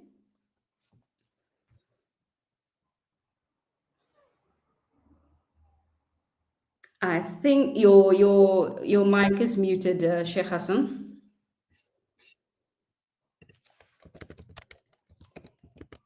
Okay, I think we might have lost Sheikh Hasan. Sheikh Saeed, if you want to comment on that, specifically as a smaller political party. No, Shukran. What we should understand is this: as much as we do respect and we do also support the stance as well as the action of the ruling party of taking Israel into the ICJ, and we should also keep in mind that even gays and lesbians, they support the Palestinians. Even Jews who are Orthodox, they support the cause of the Palestinians. And even the EFF and many other people, even Hindus, even mushrik and people who are idolaters. And there is a whole cluster of human beings, even atheists, we've seen in different marches all over. that the issue of the Palestinian cause, it is an issue that is supported by the entire human race, except for those few pockets of evil people who support the global Zionist agenda. So we keep this in mind, that even people who are immoral, people who don't believe that there's God exists, people who ascribe partners with God Almighty, and people who are gays, and this, they support openly the issue of the Palestinian cause. So we should not maybe view this issue as if it is only the ruling party that supports this issue. Yes, we applaud our government, and the credit should be given where it's due. Our government, what they did, it was a bold step compared to other countries. We should not we should give credit to them, but at the same time, should we overlook the gap between those who have and those who don't have in this country? Because we are rated as the most unequal society in the world, and the gap is increasing on a daily basis. Should we overlook the rapes, the high rate of rapes, the high rate of murder, the high rate 70-something thousand, 7,000 murders a month? Should we overlook the issue of unemployment, and where we have maybe over 50% unemployment in the country? As I'm speaking now to you, I'm living in a community where personally I know people who don't have anything to eat, they don't have job, and some people, they will kill themselves and kill their children out of hunger. These cases have been broadcast in different parts of in different media. Should we overlook all these issues that the infrastructure is deteriorating, and just because the ruling party has taken Israel into the ICJ, so everything should be overlooked? Yes, we will do that if our current state, it is okay, and if we start comparing it with other people who are suffering in our country.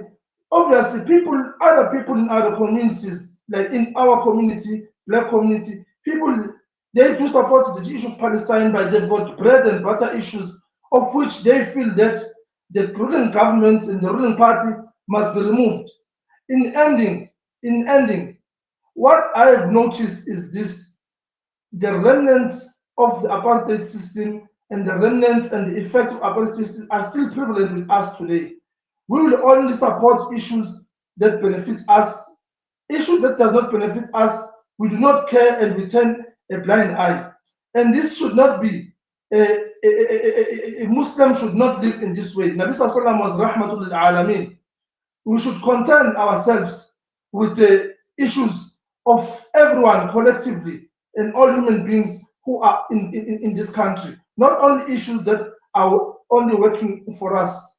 This is why I have said that as much as I may differ with certain parties, but in our context, in our municipality, we found the ruling party to be destroying our community and looting, and we found that the dynamics were changed, that the IFP and the DA, they were supporting the issues that will help the community to thrive and the community to go forward. So these dynamics will differ. So we should not have an issue where we just say blindly, just blind following, and say we always going to be behind the ruling party and forget the broader issues which involve 58 or even so millions of people that are in the country. So this is our view, that we should be, we should be balanced in our approach. Islam advocates for justice. وَنَضَعُ الْمَوَازِينَ الْقِسْطَ لِيَوْمِ الْقِيَامَةِ وَأَنَّ أَعْمَالَ بَنِي آدَمَ وَقَالَهُمْ يُوزَنُ.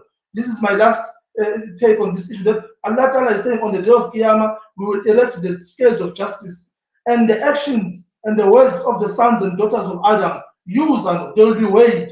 Before our actions and our aqwal and our statement must be weighed, we should weigh them in this world and see what can benefit the entire spectrum and all races and all communities in the country. Only support the ruling party when they are doing good. But on issues where they are lacking, we should not support them and we should punish them. Bishop Tutu, before he died, he said we will pray for the downfall of the ANC. As much as he supported the ANC from the beginning, but because he made it clear that you are doing things which do not support what we stood for, we will pray for the downfall of the, like how we prayed for the downfall of the nationalists. So this is a balanced way of looking at things. Where they are good, we should support them. But where they are doing wrong, we should not support them. Allah Ta'ala knows best. Shukran.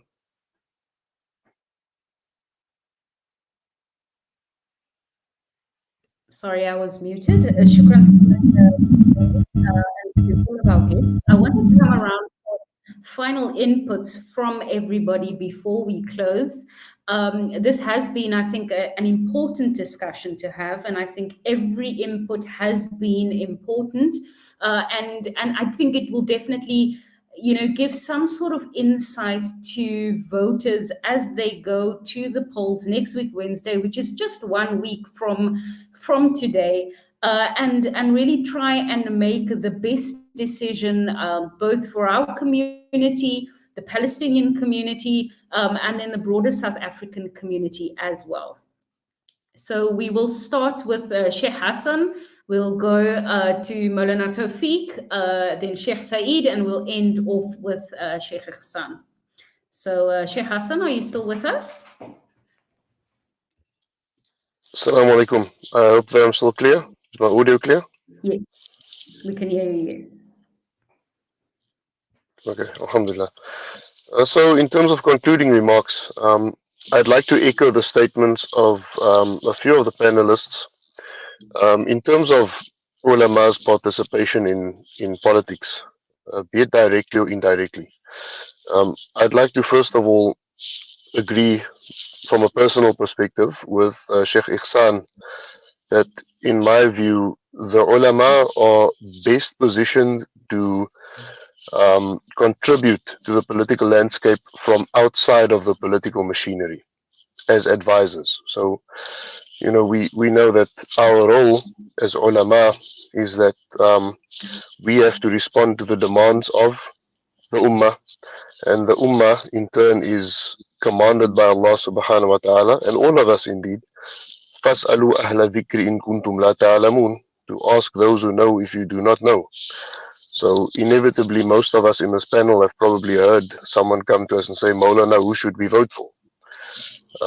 So in an ideal world, we would not have a situation where most people choose to abdicate their intellect in this way, or abdicate their decision making, or outsource their decision making to someone else. But in certain cases this is necessary. If you do not have the requisite knowledge of certain things, then you ask someone who knows, and they tell you. So that is the role of the ulama. And in that case, I believe there are certain, if we are treating elections and party politics simply as any other fiqhi mas'ala, then in line with this ayah, I believe, for an alim to tell someone, vote for this party with the relevant evidence, it's not wrong, it would still be in line. But that's an issue of discussion that we would have to get into at some other time, because there's so many different elements to it. On the other hand, I'd like to echo what Sheikh Anwar, my colleague, had said about an ummatic view, the view of this ummah as a civilization. And in order to build this civilization, we need to work at it. We can't just sit at home. We can't isolate ourselves. We cannot live insular lives and have myopic views of things. Unfortunately, there are segments of our community that, especially this time of the year, they level accusations against the ulama for their participation in politics. And, they stress that this realm of politics has nothing to do with Sharia. And they argue this point from the perspective of al-Islamu ya'lu wa la yu'la alayh, that Islam is ascendant, Islam is the ultimate conqueror, and nothing else can be placed above Islam, not realizing that, ironically, they are setting limits and boundaries for the Sharia by saying the Sharia does not address what's happening in the realm of politics or in the realm of a pluralistic society. So this is an issue that we need to work on, but I believe we are moving in a good direction from a civilizational perspective. And I am of the optimistic viewpoint that 100, 200, 300 years from now, we will have a Muslim majority country in South Africa. And I believe in light of the evidences from the Sunnah of Rasulullah Sallallahu Alaihi Wasallam, this is inevitable. We know that Islam will reach every household. So it's not as if we are going to die out. This ummah will continue to grow. And Rasulullah Sallallahu Alaihi Wasallam was an eternal optimist. He encouraged us to be optimistic about the growth of this ummah. So I'd like to encourage an ummatic perspective, and that the ulama should serve this community as khudam, as their servants from the outside. Some of the ulama already find themselves as part of the political machinery, who are already serving in political parties. Let them do so with a commitment to call out injustice, first and foremost, to do what Allah subhanahu wa ta'ala commands us to do, which is, amr bil ma'roof wa nahy anil munkar. Let them use their political stance as a platform for that. And at the end of the day, their case is with Allah. We have, this is like Sheikh Ihsaan mentioned in the beginning, this is an ijtihadi discussion. This is not something that is qat'i, that is clear and indisputable from the Sharia with certain proofs that we can use. There are proofs that we can use, but it's not clearly outlined. So this is something we apply our intellects to. And likewise, those ulama to apply their intellect to the best of their possibility, to remain faithful to the Sharia, to remain faithful to Allah subhanahu wa ta'ala and the Rasul sallallahu alayhi wa sallam. And going forward, it is very important, given that there's already a link emerging between Islamic sciences and the social sciences in Western academic institutions, that we as a community need to start these institutions that prepare a next generation of ulama who can be political analysts, who can be political advisors, who can be at the forefront of the society as far as politics is concerned. We need to make that initiative from our side as the Muslim community. And with that, my closing remarks, inshallah. Shukran so much, Sheikh Hasan. Maulana Tawfiq, from your side. First of all, shukran for all of you for your time that you has made available to us. Alhamdulillah. Allah subhanahu wa ta'ala reward you for all of your efforts and sacrifices. This is a very pertinent topic. Definitely, this topic will just snowball even after the election. It has already captured many of our youth's minds, the attention, and has awakened a different spirit within their soul to be part of the political process. So definitely, what we've benefited from the last few years in politics is that there is an increasing need for leadership in this, we can say, in this sphere. I would take the example of Ibn Khaldun, rahimahullah. He was a mufassir, he was a muhaddith, he was proficient in the ulum shar'iyah, but he was also a politician. And he wrote one of the greatest books, the Muqaddimah, that still till today, the Europeans, the Americans, all over the world, they use his book as a mechanism to derive certain principles within politics. What is needed now is for our Imma, our ulama, to understand the intricacies of our democracy, of our and write on these topics. So inshallah, when our youths, our next generation of youth, when they will be entering into these spheres, that they are properly equipped to address the challenges that we will face, inshallah. This I will say shukran on that note, inshallah, and Allah subhanahu wa ta'ala bless all of you, inshallah. And I hope, inshallah, that many fruitful things can happen from here, inshallah. Inshallah. Shukran, Maulana Tawfiq. Sheikh Saeed, if you can make your final input. Shukran. And in closing, my final remarks would be that Allah Ta'ala has said, indeed, you have the best example in the message of Allah Ta'ala. We have the best example, which is Nabi Sallallahu Alaihi Wasallam, if Nabi Sallallahu Alaihi Wasallam was a trader and he traded, we will trade, we'll become traders as well as Muslims.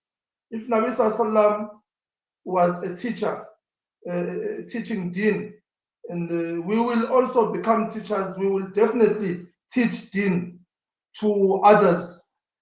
As well as if Nabi Sallallahu Alaihi Wasallam, he was in government, he was a ruler, he was a governor.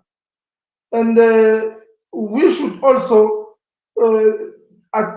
aim to become governors and rulers.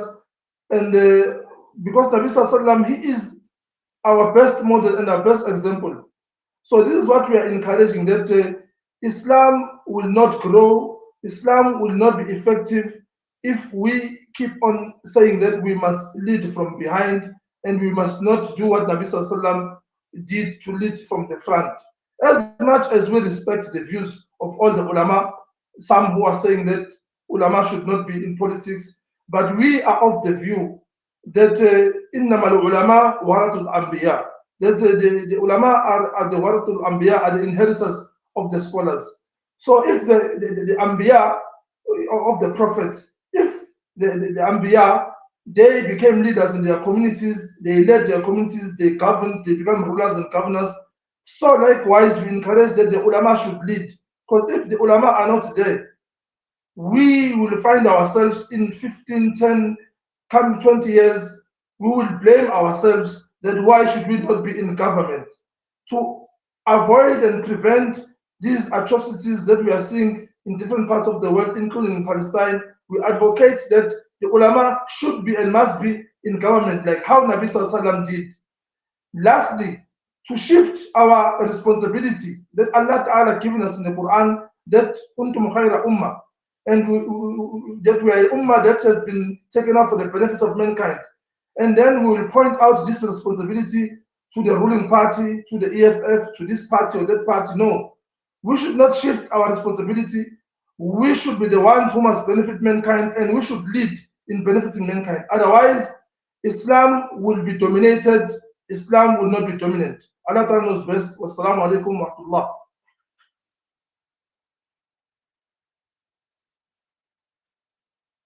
Sheikh Ihsaan, for your final.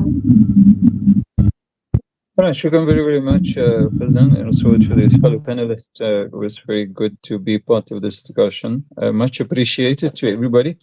I think the Prophet ﷺ's words ring loud in my ears at the moment when he says, "Unsur akhaka zaliman aw madluman." So help your brother, even if he's a tyrant or if he's an oppressed, if he's an oppressor or if he's oppressed. So this, obviously, the Sahaba, we all know this hadith. How do we understand? How do we help our brother if he's oppressed? But how do we help our brother if he's an oppressor? So the Prophet ﷺ says, stand up against him for his oppression. And so the point again is, yes, we are going into elections, but the Muslim, and like Maulana Saeed had also said, we have to change our mindset. We need to undergo a perspective, sort of, a mindset perspective shift in terms of how we view our roles as Muslims vis-a-vis power. We do very, very poorly in the Arab world. We do very, very poorly in the Muslim world. We do not stand up. We do not speak up against injustices. So that is the first thing. So when we are looking at Zionism of the DA and we're looking, on the other hand, the ANC, for example, with its role that it had played as a sort of sole voice of morality in the world, on the one hand, but at the same time, and we fully agree, we never ever said we have to now overlook the corruption within the ANC, but we also have to be fair and assess what has happened in the last years, after the Zuma years, for example, what has happened after the Zondo Commission publication of its reports, what has happened in terms of the reports that government had submitted to Parliament in terms thereof. Does that mean we now just give a whitewash to the ANC? Does that mean that there is no accountability left? Obviously not. The accountability is what's going to bring a status of justice and equilibrium that Allah subhanahu wa ta'ala requires of us to establish, because the Quran was, and the revelations of all prophets, and every prophet, the Quran says, had been revealed, had been commissioned by Allah for لِيَقُومَ النَّاسُ بِالْقِسْطِ. Also the balance, the balanced way of life, of justice as well, is in order that humankind may conduct their affairs in justice. So if you have to, from an Islamic vantage perspective, have to weigh up a example of, and we all agree with this, we must not vote for the DA because they stand for genocide, and they stand for those who are the ones who are the perpetrators of genocide, including the US and including the occupation force in Palestine. And so if you compare that on the one hand, and you compare the ANC in terms of the stance that it had taken, this is how you evaluate the greater good, and how you evaluate that which is harmful and that which is detrimental and will hurt humankind and society. And yes, Fazlin, your point about, and I'm not making a comment on that, because I can't say that that is something that had been proven. You may know better, of even Cyril Ramaphosa receiving funds from Mashal, this Zionist billionaire of South Africa. Then we must hold him equally accountable. But when we are talking about faced with two scenarios and two options, both of them are difficult to deal with, and they are the ones that's going to bring about the better interest for South African society, as well as for human society, globally speaking. And yes, we have to, in a sense, see how we, of course, do better in not becoming less complicit in the corruption, by holding government accountable, because all the things that Maulana Saeed had complained about, including the inequality in this country, which it is the first ranking unequal society in the world, including the people living under the breadline in our country, all of that had been exacerbated because of the corruption. And we want to say that we still have to stand up against those things, but the issues that face us today, going on to the 29th of May, are issues which we have to be cognizant of. How are we going to incorporate those issues which we feel are most beneficial today for human society? If in 5 years' time the issues are different, we will vote in accordance what the issues are at that point in time. Shukran so much, Sheikh Ihsaan. This has been a 2-hour-long discussion that we've had with alims from different political perspectives, offering different views about the role of the ulama in the lead up to the elections.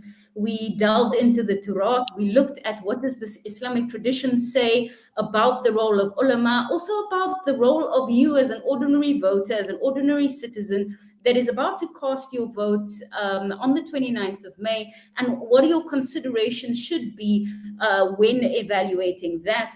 Two, I think, key points to highlight before we go. Sheikh Anwar and Sheikh Hasan, they authored a document called the Muslim Voters Guide, which we encourage our Muslim community to delve into. It has a little rubric and an index whereby you can evaluate based on different elements of the maqasid of Sharia, in terms of how political parties fare. On the flip side, we have IPSA having a symposium on Sunday in the Western Cape, in Cape Town. We also encourage our community to attend that, because that will be a very practical session where you would be able to engage just on the different considerations that we should make from a Sharia and a fiqh-based perspective. But that has been our program, and we say shukran jazilan to all of our wonderful guests, and for being honest and open and willing to agree and disagree on a myriad of issues. And shukran so much. Assalamu alaikum wa rahmatullahi wa barakatuh.